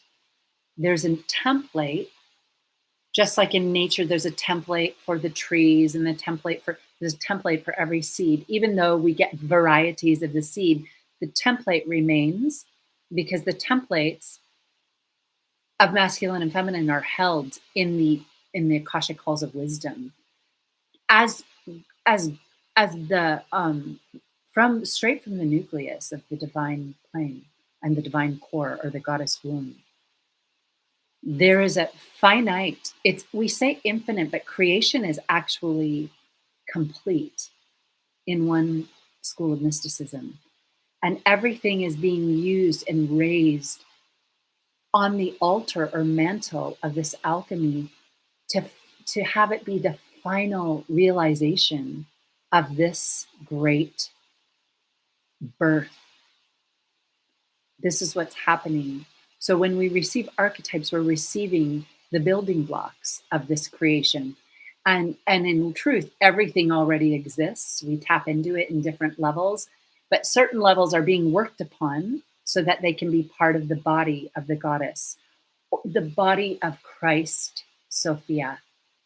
This is how we speak to it here at Art of the Feminine. The body of Christ, Sophia, is the final form. And it's connected to our incorruptible body, which will become also the incorruptible body of our planet. So all 7 centers must be activated to receive. The 8th level is the one force. This is connected to Leo and the archetype strength of the holy dragon goddess. The 8-pointed star of Venus corresponds to the Sophianic light. We just said that. The number 8, think of the number 8 ruling, the figured 8, ruling the infinity sign. This is power. It's also connected to Saturn. Saturn is the builder in form. The number 8 in exoteric numerology is Saturn. 8 is Saturn. So it shows that you're using the building power of Saturn. I often refer to Saturn in the spiritual lineages as the mysticism of Binah, as the holy divine mother, the dark womb. So the number 8 rules the heart. It is the codified symbology of both the infinity sign and the archetype of strength. Strength is the archetype for the sign Leo, another correspondence. These are all divine feminine astrology. It also is ruled by the Hebrew letter Tet. Tet, even the sound. Tet. Tet is the snake. It's the serpent. And so its correspondence with Leo shows that Leo, the sun, holds these forces. We call them the solar feminine dragon goddess. That's how we work with them. We have some really beautiful rituals that we do with these forces. So let me see if there's anything else to say. We have to learn how to run this force. This is the whole work of light body yoga. To really build that body of consciousness, it requires attunement and initiation and surrender to the great work, or the great art at hand.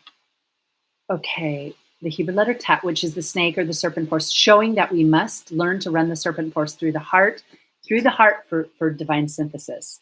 The serpent force has wandered through the body. It activates certain in the fallen Mars force. It's running a certain energy.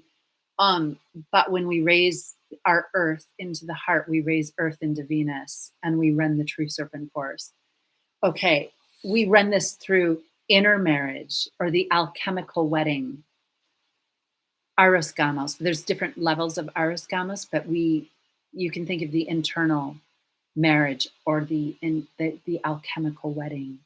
In the coming Sophianic age, those who have been prepared through initiation will carry this force as the living Christ, or the living Christ force. And they will speak the holy language of the lost word. They will give birth to their incorruptible body of light as they gather the forces of the kingdom of light. That is the new earth, or the new Avalon, or the new Eden. All this talk about is mythological. It's in the human genome. It's in our consciousness. So we know of it, but we don't quite make the bridge to what it really is. The kingdom of light is the new Avalon, and it requires the heart of both the male lineages and the female lineages to make that synthesis, or even the yin and the yang, to activate that. The incorruptible body could also be the immortal body, or the rainbow body. As they gather their forces in the kingdom of light, the new Eden, the new Avalon, they will bring the stars to the planet and raise the planet into Venus, the Venus current through the awakened heart center. Woman, this is spoken to woman. Woman. Now is your time to prepare your consciousness for the coming of Holy Sophia as the goddess, to purify your vehicle and harmonize the forces. The time is near. Waste no time if you hear this call. This isn't implying that the feminine is in any way less than or, unclean, but the feminine vehicle has a vibration and a frequency. And so we call it the divine feminine frequency. When you reach that, you become that vehicle. Now is your time. This Lion's Gate is your time. Tell no one, just get busy. Because in order to begin, you want to have a certain connection first within you, a certain level of understanding, and we talked about how the hierarchies don't want any wishy-washy initiates, and some of you thought that was funny. It is kind of funny, but think about it. If you're on such a mission, you don't want wishy-washy sort of dial it in initiates. Think of who you want on your team if you're in the Olympics. Think of the process of really understand. I've had to work with this in my own work. It's a very real process of truth and of working with those who really stepped in. There's a saying in mysticism, true friendship. By the way, the age of Aquarius is the age of friendship. Aquarius is the house of friendship and spiritual communities, which is spiritual gatherings. True friendship has to be established on our planet. Ask yourself now, who are your true friends? And then ask, would they betray you in this situation or that situation? Or your true lover, your true partner. We have forgotten what true friendship is. It's very rare right now on our planet. In order to really have a certain kind of impulse, there has to be true friendship involved, where we're willing to work for another when they're holding the light, or where we're willing to hold the light and take the hits for the collective. That depends on the lifetime that we're living. There's certain lifetimes where our pure power is in being the disciple or the priestess or the apostle, where we're up helping to build, and there may be another avatar or adept or master teacher in the center. But we serve that because we know it's the reflection of ourself. And then there's other lifetimes which will become more common, but are at this time rare, that we're tasked with carrying the karma of the planet in order to build something. So it means we take the hit, we sacrifice ourselves in order to learn the real lessons, which are different than just the common, the law, the Sophianic law with a capital L. We're reestablishing the divine feminine law. I call it the law of HATHOR, the goddess HATHOR. In our work, she governs the law. And so we're reestablishing that, where real friendship will be genuine in a way we've never really even understood what real friends are. Because the feminine was actually so hit and exploited, and you could say even abused in this world. Her forces were just ravaged and taken by the archontic force. And so initially, and those adepts and initiates who come into that very deep level have to be taken from. The code of the female adept is betrayal. The feminine experience is betrayal on levels that are even beyond the pain of physical torture, because that's what really happened to the feminine on this planet. And that's why we have the human race that we have. Tortured children come from tortured wombs. And this is ancient. This is different than feminism, even though there's some very powerful aspects of feminism, but it's caught in the matrix. But there's our ancient memory, and our wombs carry this memory of the betrayal, and our hearts, oh my God, our hearts. The path of, I've shared this in some of the videos, the past 3 videos I've started to share a bit. So specifically abandonment, or not even just abandonment, betrayal in love activates the ancient wound. There's a very real pattern that rules the human race with love. Now, it can affect someone in a male vehicle as well. It can affect all relationships, both, male to female or same sex. A heart is a heart. So it can affect the heart. The joining of the supernal mother and the supernal father, which is the archetype in heaven that has birthed this, and that's reenacted when the male and female recreate and when they love, is a very specific power. And it has been desecrated on every level, so that everybody suffers, the children suffer, but the females suffer. And most now are so used to it that they push it down. They don't even want to deal with it. In our world of social media, I know I work with a lot of women. I've had so many, women, back when I used to do one-on-one all the time for many, many years, I've watched the patterns of the different ages, like going from, let's see, I'm Gen X, right? Am I Gen X? Yeah, I'm Gen X. Then there's the millennials, Gen Zs, the boomers, and now the new Gen Alpha. I have 5 nieces and nephews under the age of 10 there, and I want to speak about them as well because they're amazing. I was like, what generation are you? And they're like, Gen Alpha, don't you know? It was so funny. So I don't know. It was a little boy who told me that. So I think it is Gen Alpha. So different age groups are holding a different part of that and a different memory to it and a different part of the mission. And the lower ones have been kind of trained by the 3D forces to shy away from going there where they experience that pain. And that's why we're creating robots to take the place of humans. This has already been done to satisfy needs. And this is the very, very tip of the iceberg. Way back when I first found out that the first female robot was named Sophia, I experienced another great betrayal. I couldn't believe it. It was like from the whole tech industry. This is just how it's done. But there's a reason for that.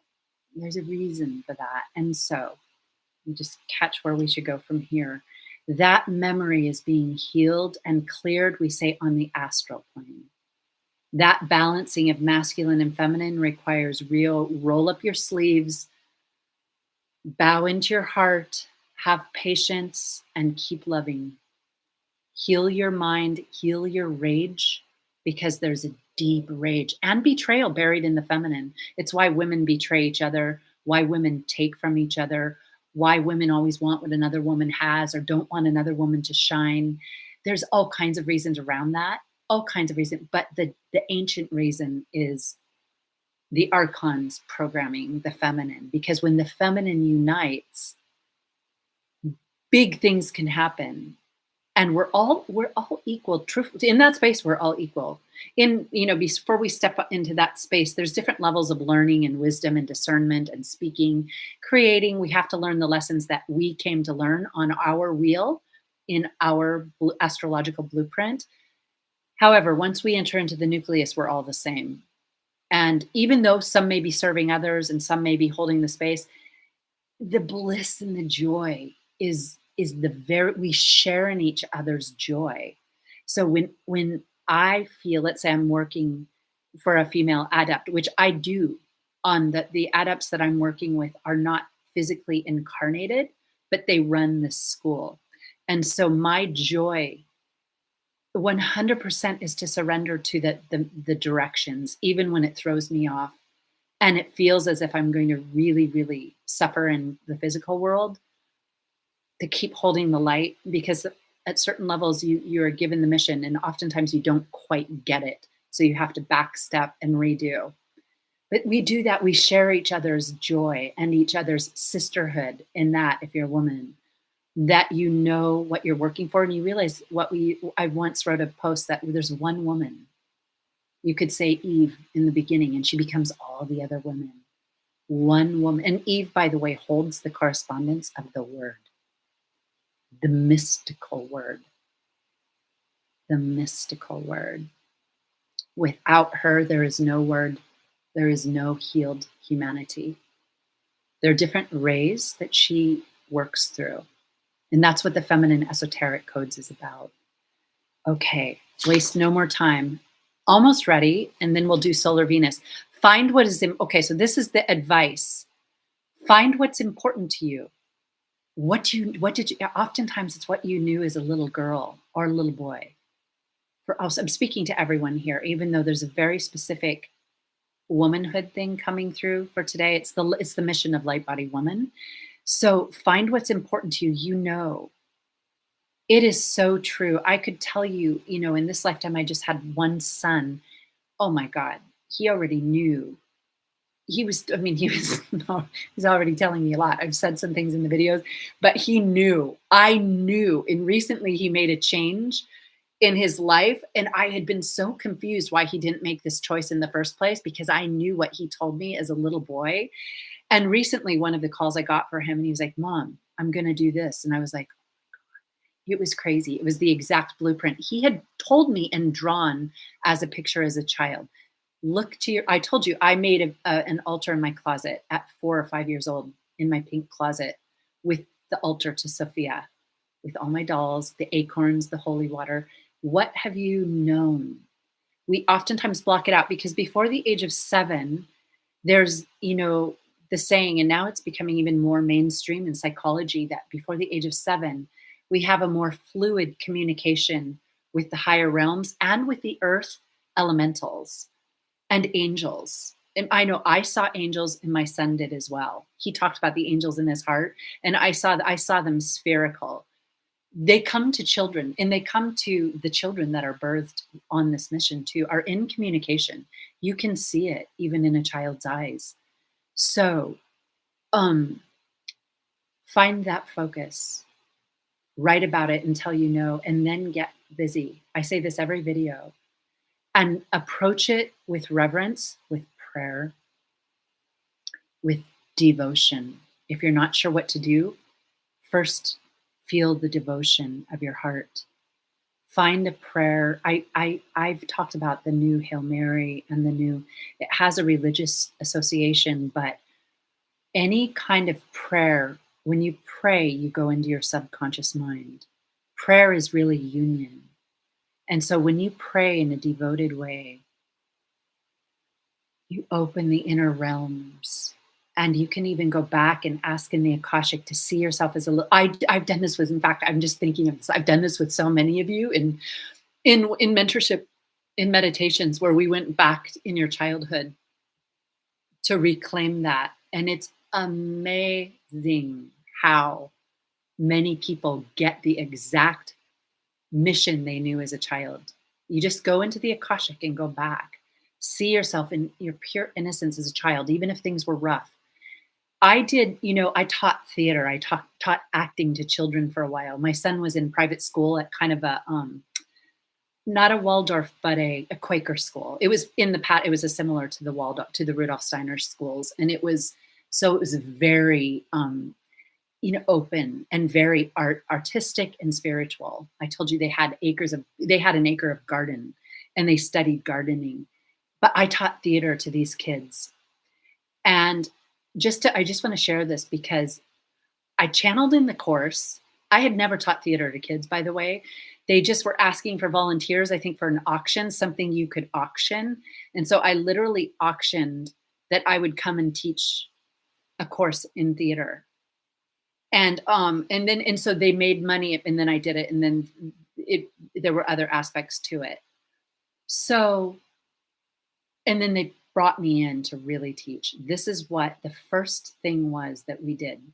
I interviewed the children. I think they were between the ages of 1st and 5th grade that I was teaching, and I had them sit on up on a stool. And they were prepared for it. It wasn't anything that caught them off. We had done lots of warming up and lots of talking about certain things. And then I asked them about the day they were born. This was channeled in. The first thing to ask them, tell me about the day you were born.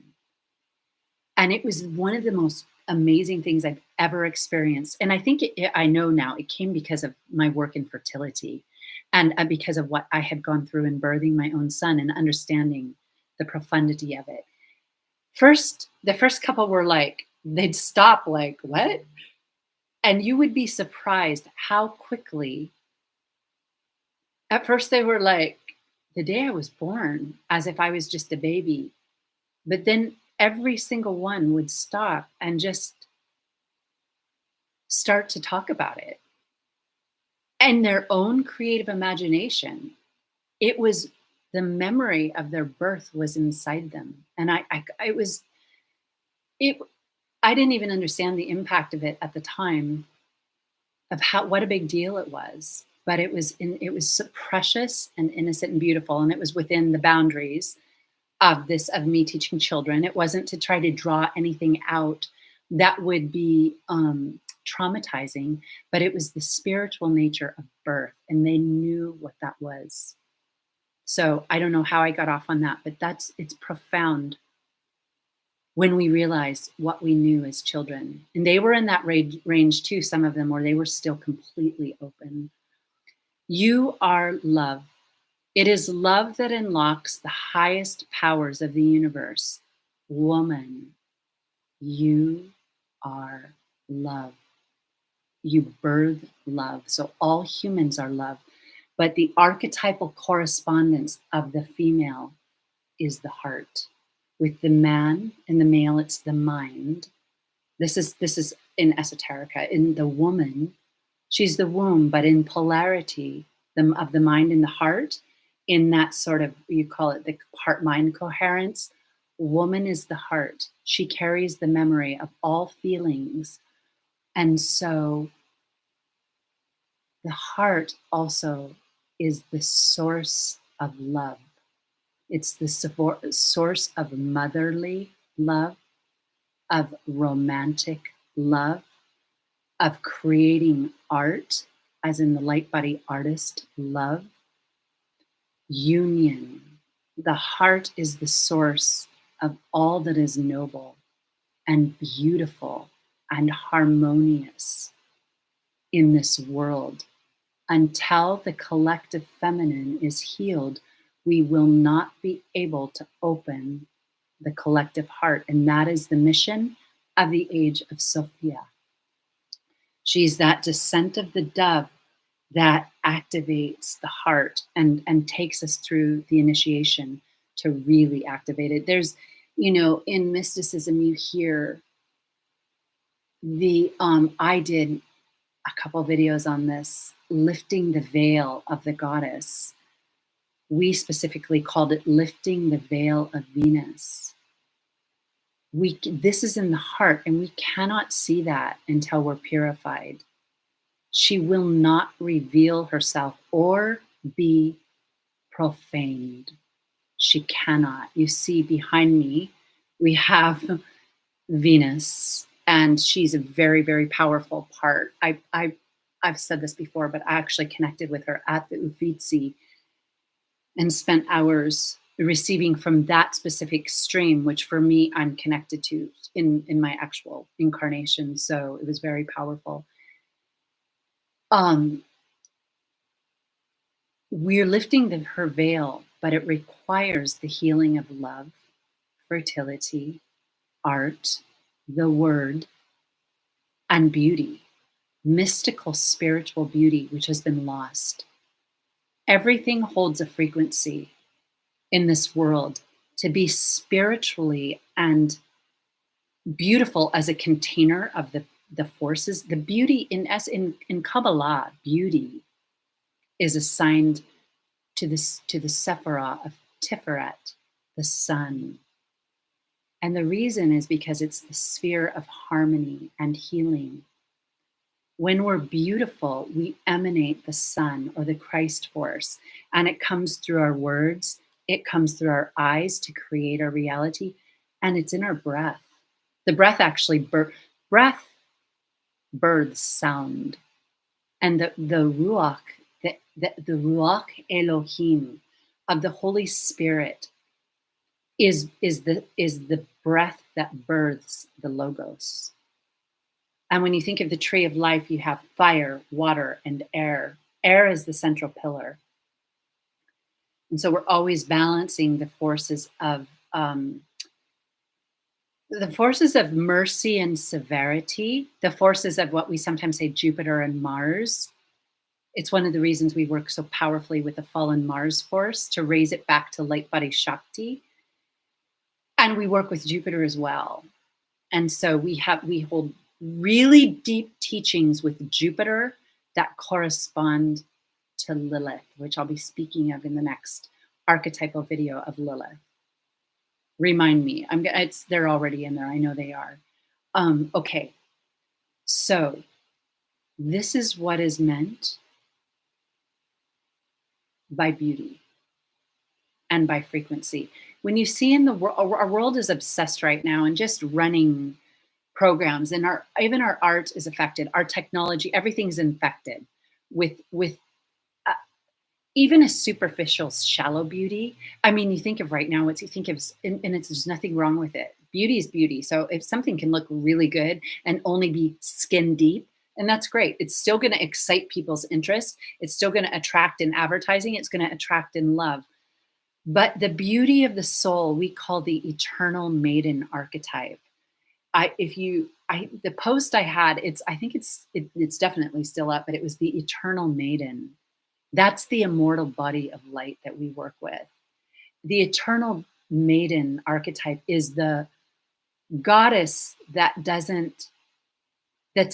is infinitely in the maiden energy. It doesn't mean, it's not to say that we don't appreciate maiden mother crone in 3D, because woe to those who put down the crone. The crone actually holds the energy of this era. The crone holds the ancient wisdom. And when I say ancient, I mean retrieved from the core of the cosmos.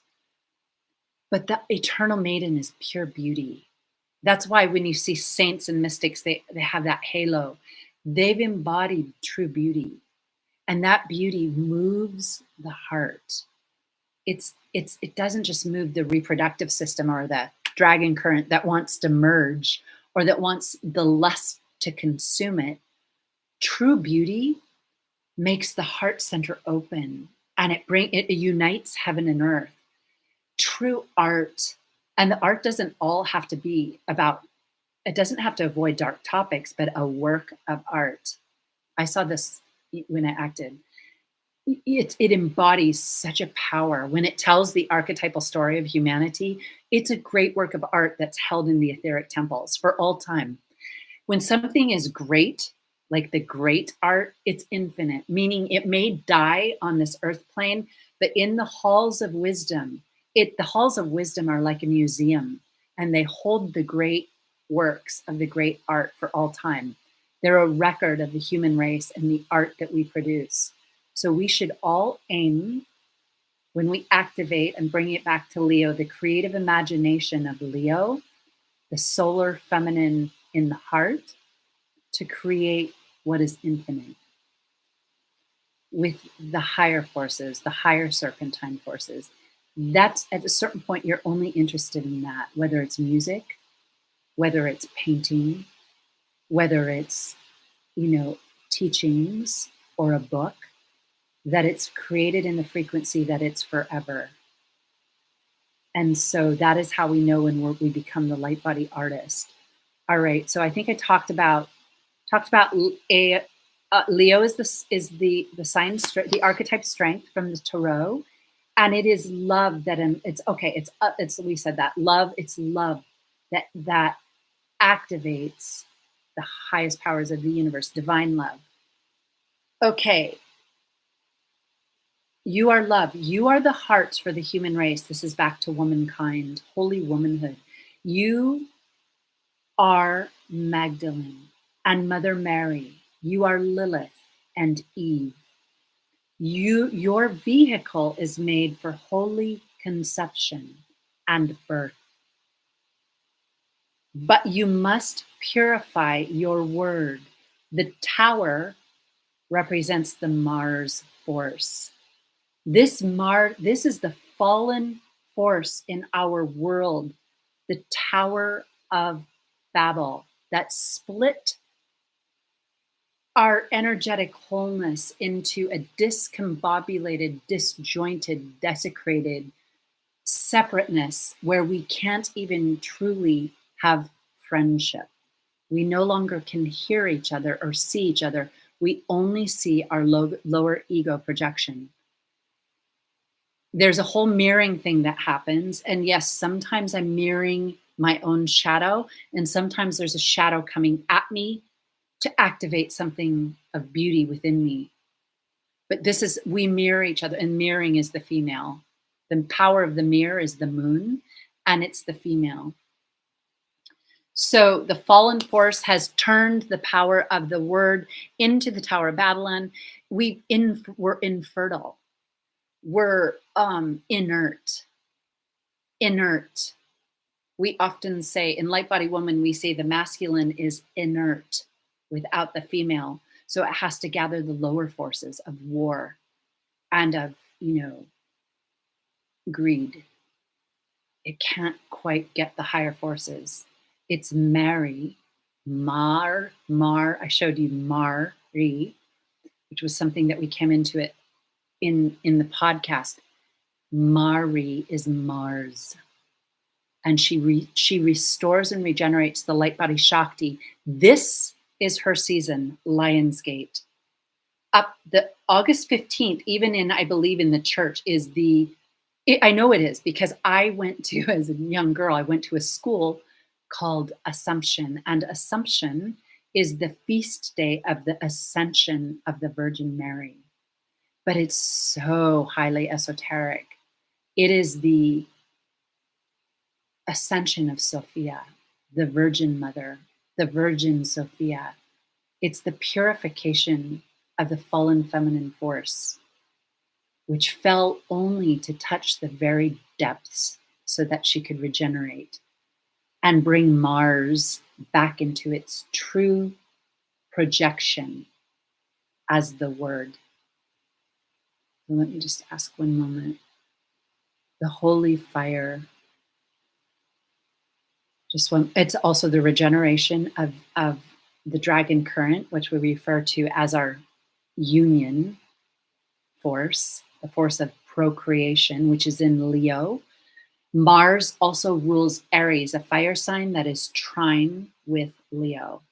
So Mars trines Leo, and it trines Jupiter. Mars, Jupiter, Leo.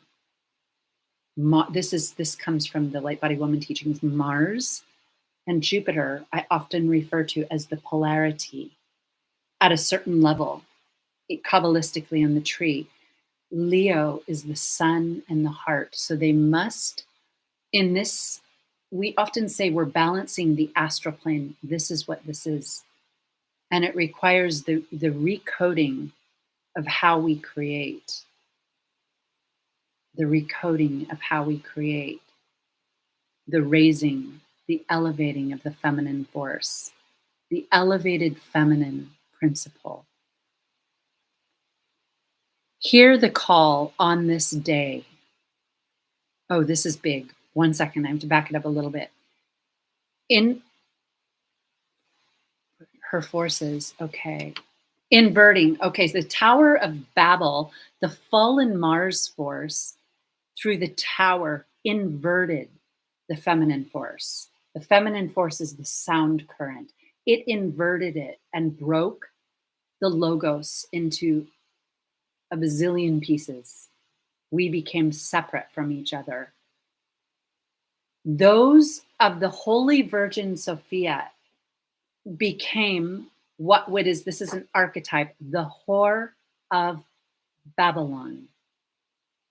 So this is a mythical archetype that is used and is also holds a certain power. And we're going to do Solar Venus right after this, because we're just going to ask that this is held in the highest light.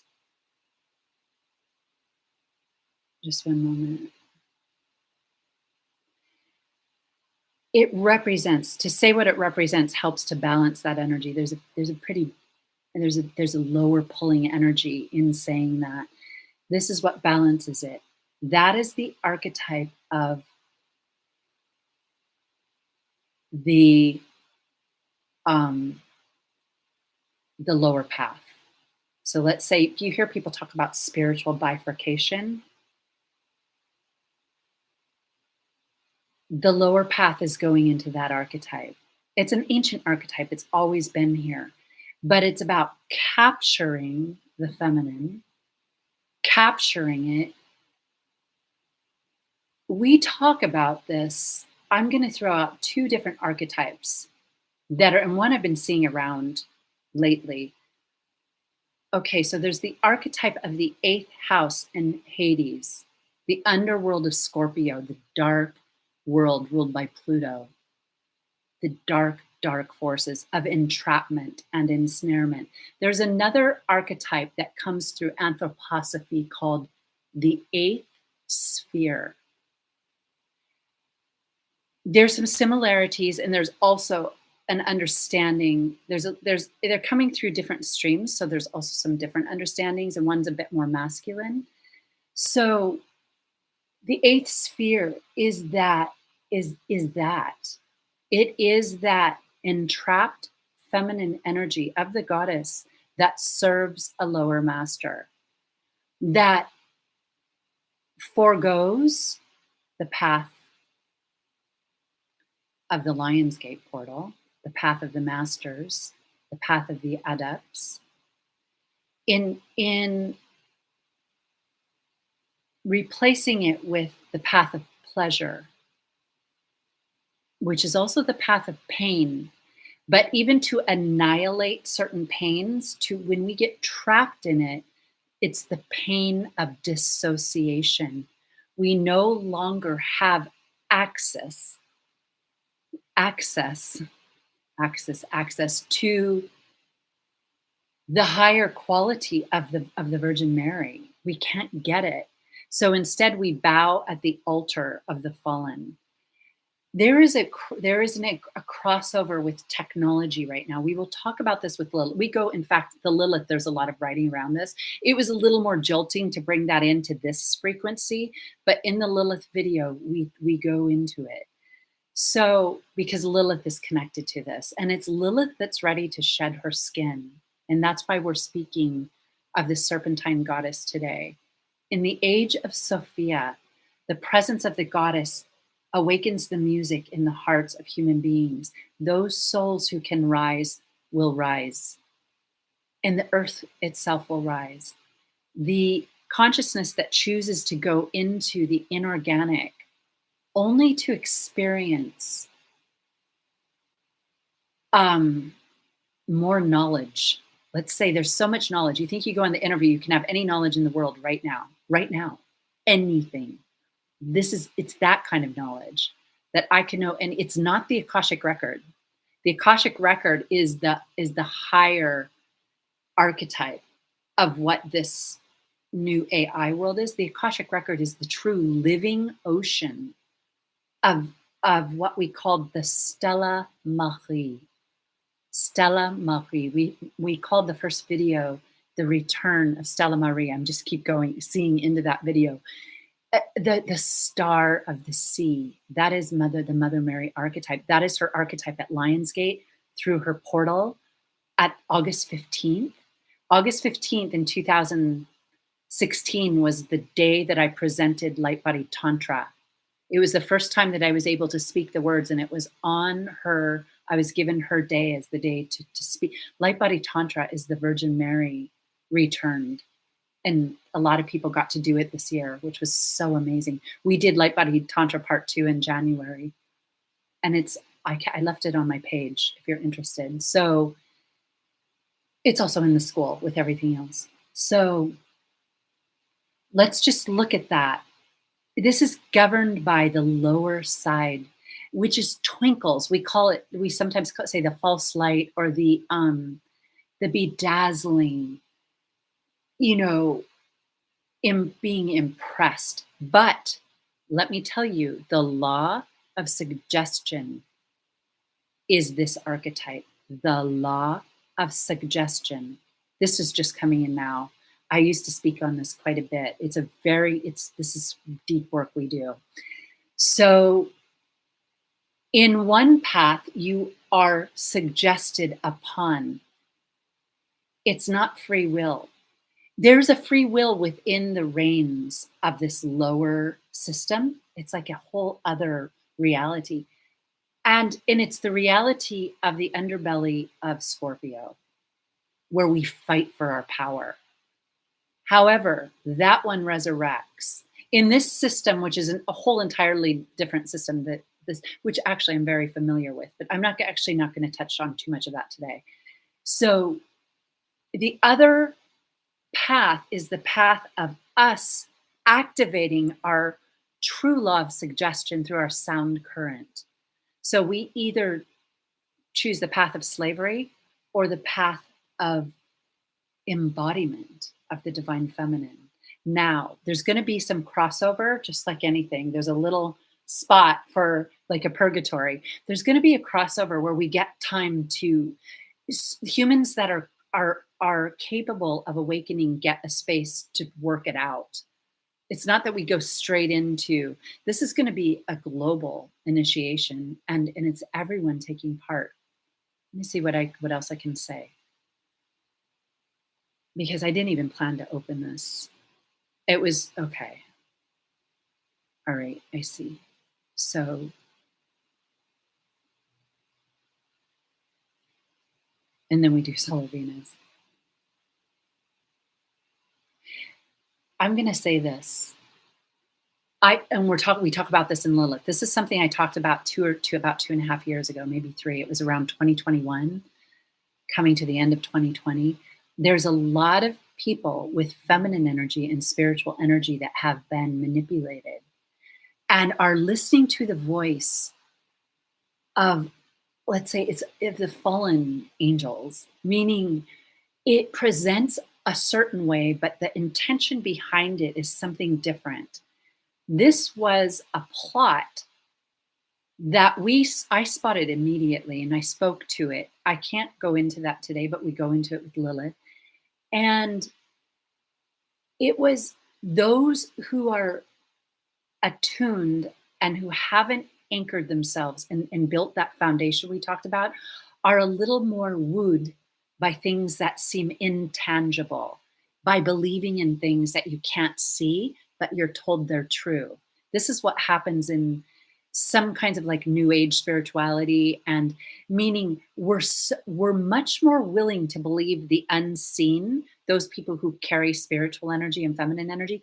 We're used to working in the subconscious realm, and so we're always looking. We know we're in a situation that isn't telling the whole story, so we're vulnerable until we've strengthened.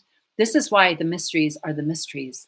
The actual truths of them cannot be given, because it would bring about self-defeat. It would do more harm than good, because we can't. What happens with, we talk about this in the Lilith, upcoming Lilith, when wisdom hits an unprepared vehicle, it falls. It can't, either it falls or it goes insane. It can't hold it, and so it perceives it from its ego and starts creating things that aren't real, and it becomes in the realm of the nightmares, kind of like what I was shown in that vision last night. Just that the empty shells, but the empty shells are even almost worse because they're on repeat, and they're just listening without discerning to everything. So just one moment. So this is something that we're correcting. You hear of the Sophia correction or the goddess correction. We're correcting not only the fall, but there's this kind of purgatory moment where we're trying to bring those who have the capacity for truth back into their heart, back into running their own force, or bowing to a genuine spiritual authority that can see. The true master helps you to see the truth, helps direct you until you're strong enough.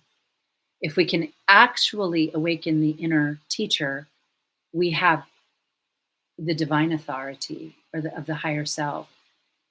And still it takes a while to be completely confident in that, but we have to have true vision and not false visions.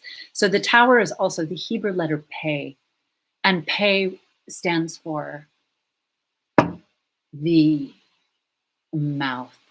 I talked about this last time. We talk a lot about Mars. Pei is the Hebrew letter for Mars, and it means the mouth. And so we're healing. When we heal Mars, when we regenerate the Mars that's only stuck at the solar plexus and the ego, we can begin to speak with nobility and to understand it, to not just speak spiritual words we've had or to have a moment, but to become a living vessel of that, which is to become one with the Christ force. And it's gentle. It can be very gentle, but we oftentimes say gentle, but carries a big stick. It has divine authority, because you're also working with the masters and the Christ, the living Christ. Him herself is alive within us. So I'm almost done here, and then we'll do Solar Venus. Okay, so this is because this was dedicated to the restoration of the feminine temple, not the feminine for the human race, but specifically also as the light body woman teachings and the light body woman curriculum, the restoration of the collective Magdalene, who is the vessel of working in the underworld and uniting this energy. We work with the genuine. These are the veiled mysteries of Mary, Sophia, and her esoteric feminine wisdom. Obviously, we're just barely touching, but to regenerate the heart, the throat, and the womb of womankind at this time, so we can harmonize the masculine and feminine with the feminine Christ force. We work with the genuine stream of the new Venusian, the new Venus content. We talked about this in the Venus Mysteries, the last video. Venus rules the heart, the throat chakra. We talked about that in some systems. The heart, it is her current that transmits the holy Sophia teachings, and she must work with the feminine Christ mysteries as the embodied vehicle of divine love. These women are the ones who bring heaven to earth by merging with the depth to raise them up into the garden of Venus, the new Eve, the new Eden, the new Avalon, which is the Greek also create reclaiming of the imagination of this Lionsgate portal. And so I ask you, I'm putting a lot in this. I ask you to please share this video. If you have groups, spiritual groups, or women, please let people know.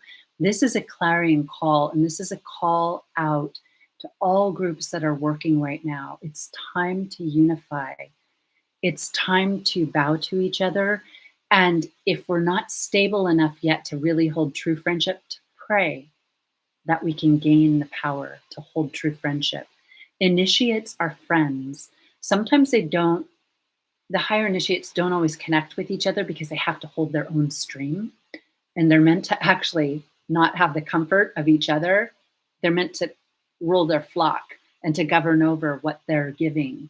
However, we have to be on the same page, frequency-wise and energetically.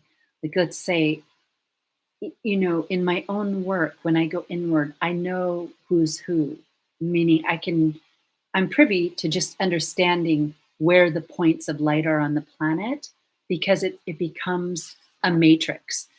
In my beginning of my spiritual work, I used to be told it was a ship.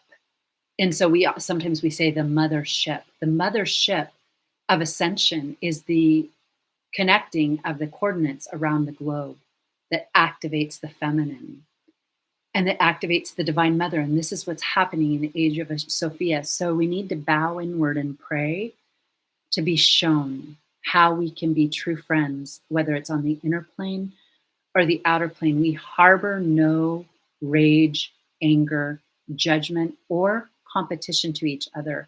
If we do, the hierarchies drop us. Sometimes they have some initiates on probation, so they're given, it takes a while to get in. So we get put on probation, but there is a law in how we use language and how we use our inner creative force when we carry the feminine.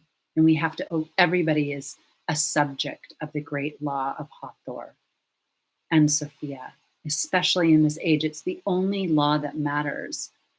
And it's invisible to most human beings, although it's been given by the great sages and avatars that have come to the planet. The last major dispensation came through the Christos teachings and through the Christ, which taught us the law of surrender and forgiveness, so that we could finally drop that karma and regenerate, so that we could still be wise, but that we know what to let go of. So that so we're not so heavy, and judgment kills us. It kills there's no body of light that holds judgment. It can't. It holds divine justice, but no judgment, no human judgment. All right, we're at the end. Transmit Holy Sophia. This is the age of giving birth to the feminine Christ mysteries as the embodied vehicles of divine love. These women bring heaven to earth. All right, the new earth is built through the new language of Sophia's wisdom. On Lionsgate Portal, we acknowledge the Sophianic mysteries and the coming of the Divine Mother. Obviously, she's here and she's in the earth and she's in our heart, but this is a cosmic wave. It's a spiritual impulse we call the new Venusian impulse. Venus is in charge. Venus is the high priestess of this era. She's the overseer, the great, let's say the goddesses of Venus, that work with a specific sound are the overlight of what's happening right now, and they're part of the kingdom of Sophia. And so there was one other thing that was trying to be said, that Venus governs this. Oh, yes, and that's it's a spiritual impulse.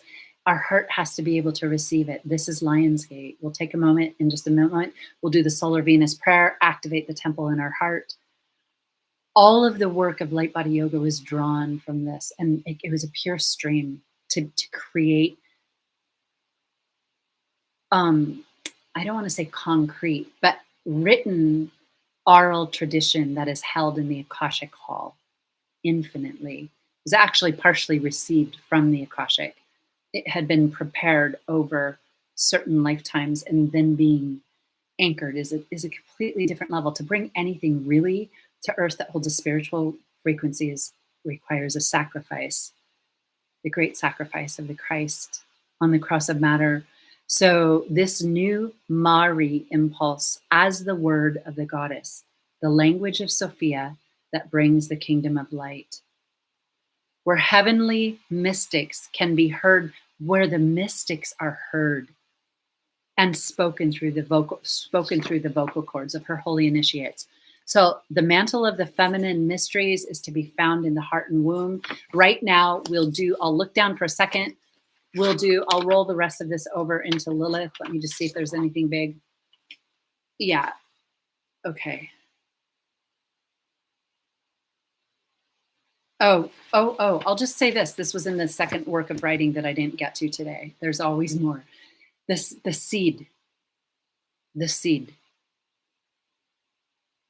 So the seed is in you. And think of you have to water a seed, and you have to bring solar light to a seed, even though it's in the dirt, the soil. That cosmic harmony is happening to make it rumble. So in order to activate your seed, prayer, any kind of real, it doesn't matter if you're in the hokiest religion, meaning choose to see the light wherever you fall, whatever altars you pray to, find the true teaching of that altar. Notice there's a lot of people who are kind of claiming certain things right now, know by their fruit and their actions, haven't yet, unfortunately, haven't plugged into the true essence of the teaching, but are claiming it in name only. That can do a lot of damage, by the way, too. I mean, that's what usually happens in religions. If you claim the religion in name only and then abuse the forces, you mislead people. So wherever you are, pray the most devotional prayers. Make a temple within, and that is how you water the seed. Speak to the archetypes that are calling to you. And as that seed begins to vibrate, you will know what to do. Okay, let's do Solar Venus. Gonna take a look down and all right, Charlotte, so nice to see you. And Paul, oh yay. Oh, you just found me today. That's wild. And again, I'm speaking a lot to, and I don't know if Paul is male or female. However, and Paul also, I love that name came in. In Christianity, there was a lot of it's based on these gospels through the what did I call him? The disciple Paul, who was not born in the time of the living Christ or Jesus. This wisdom is actually the esoteric codes in that wisdom, which are oftentimes misinterpreted. Although sometimes I'm surprised. There are true theologians and preachers who are coming into that esoteric flowering, but that was connected to the Gnostic. I don't know why I'm guided to say this right now because I saw the name. It somehow came in and was receiving it through vision. This is the astral visions, and these are the higher visions of the Christ force. And it was connected more to the earlier lineage of that lineage, the early embodiments in that lineage before it got taken in. I'm just saying that for whatever reason I was meant to. So we're going to do Solar Venus. I'll take one more look of Lilith, but it can't. Okay, so Lilith, I'll be talking about. Oh, Mari, I love that. Okay, yeah, we'll be talking about Lilith next. Make sure to subscribe. Please give the video a like if you think of it before we do the video, or if you come back and watch it later, and leave comments. And we're going to go into a brief meditation, the Solar Venus. Mary M. Oh, it's so nice to see all of you. Everyone's pretty quiet. If you're on and you want to say something, please say something. I know I'm at the long point where I see some people are dropping off, but let's close with Solar Venus. So we just asked to call in. We're going to make a circle of light around all of us. We used to always start all my videos this way in the podcast. Just see that all of us that are gathered here before, in the present, and after are gathered in the light of the holy presence of Sophia. We're going to ask to just emanate the Venusian impulse from your heart center, your inner sun, into your field to activate your higher self and the voice of your higher self. And so you're going to just repeat after me in the 7 directions. We say, I am before me.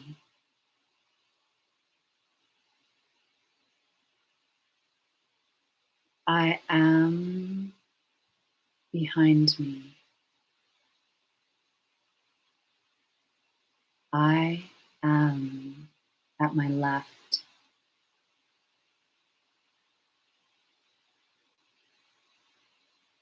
I am at my right.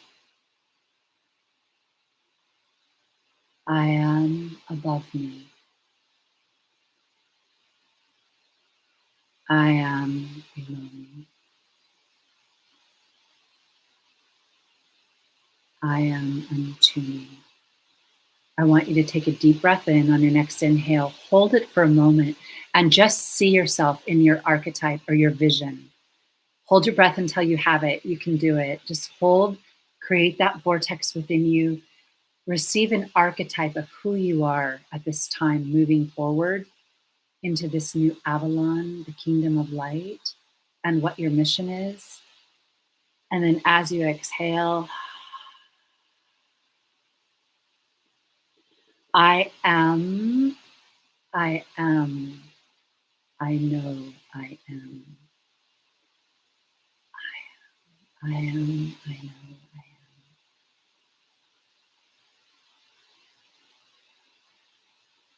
By saying I am, I know I am, you're merging that archetype into your being. And so we just ask, as we're all in the circle of light today, that we receive the highest frequencies of this Lionsgate portal moving up until August 15th at the Feast of the Assumption of the Divine Virgin Sophia. I ask that you all receive the true meaning of the words spoken today, and that if there's anything that was not meant for you, that it fall away. If it's meant to be saved for another time to bear fruit at another time, even another lifetime, may you receive the blessing of these words spoken through the truth and purity of the Sophianic stream. And so let me ask if there's any last thing to see. We talked about it. We are to become the light body prism. This prayer of solar Venus makes you, in your inner vision, that prism. Let that archetype be imprinted upon you in your etheric body. Let it be worked with in your astral body. Work with this. You are the light body prism. We had a teaching in a video I once did called the threefold soul prism, to receive the currents of the entire cosmic hierarchy and to run them through your heart. This is the truth about yourself. This is who you are. And so it is this light body prism that is activated also as the white sun, the heavenly host that's on that thumbnail, and the Sophia in the solar Venus video, the white sun rising from the golden chalice. It is the prism of Lionsgate, the prism of the masters. The prayer activates this prism. And also, I was told to tell you, say solar Venus. Let that be a mantra. Solar Venus, activate. Solar Venus, activate. If you find yourself talking and you're more absent-minded, or you find yourself in a struggle, just say solar Venus, activate, and activate that power of divine love. So I'm going to start to close out. I remind you, I'm going to be uploading the astrology videos, which are based on all of this wisdom. The Divine Archetypes podcast is with the astrology, the Divine Feminine Astrology. Those videos will be from, there's other streams of astrology, which are amazing, and even some a little more exoteric. The astrology here holds the language. So even if you don't follow astrology or care too much about it, it's telling a story in time and space for us right now. As you can see, it's very real, the way it plays out. And we will speak to the inner wisdom or the esoteric wisdom of these transits in a beautiful way that's quite unique. So make sure to follow. If you're interested in studying this fall, you can check out in the description under the link tree. I have up the information on the Divine Feminine Wisdom School and Lindsay is ready to go. And only if you're if you're really, this is a big commitment. I'll just say this. It's a year long. So it's a real commitment. It's a real school for a year. So if you feel that you're at that place in your life, then make a call with her and it will cost you nothing and she'll go through everything. But the writing for right now, I have it up, says a lot. So there's that. And then what else? Go to artofthefeminine.com for the new blog, which will be starting. I'm going to start to upload some of these. I share them on Facebook and Instagram at Art of the Feminine. And I think that's it. I look forward to hearing from you in the comments. And again, subscribe for our future videos. I'm going to look down because I didn't, just to see if anyone has anything else to say. Thank you. Funny synchronicities. I'm at the library when you said Mari Mars. I looked up to see a book on the shelf facing me, literally right across from me, that said Mari in big letters. That is wild, because there's also a Mari, M-A-R-I, in the chat. That is amazing. You're at a library, and as I said, Mari, Mars, this person, looked up and saw a book at the library. This is how we're meant to live. I will just say this. You know, we went through a whole spectrum of work today, and we covered some things that were even brought in a little bit of the shadow side. This is how we live. When you purify your heart, the universe speaks to you. The light and matter that we talk about is attuning with your heart. And so when you have a moment that it comes through undeniably crystal clear, that means the hierarchies have made contact with you. Relish that. And, you know, go review in your dreams at night what you did, how you did it, and write it down. If there was something specific you were connecting with when that happened, make sure you can repeat it, write it down. A lot of times we're not capable of harnessing the wisdom. It comes and it flies past us and it doesn't stick. If we're magnetized, it will stick, and it will, we call gathering the forces. That incident was high force frequency. You gather those forces when they stick and when you don't forget them. We're under amnesia and hypnotic trance here, and we forget so easily.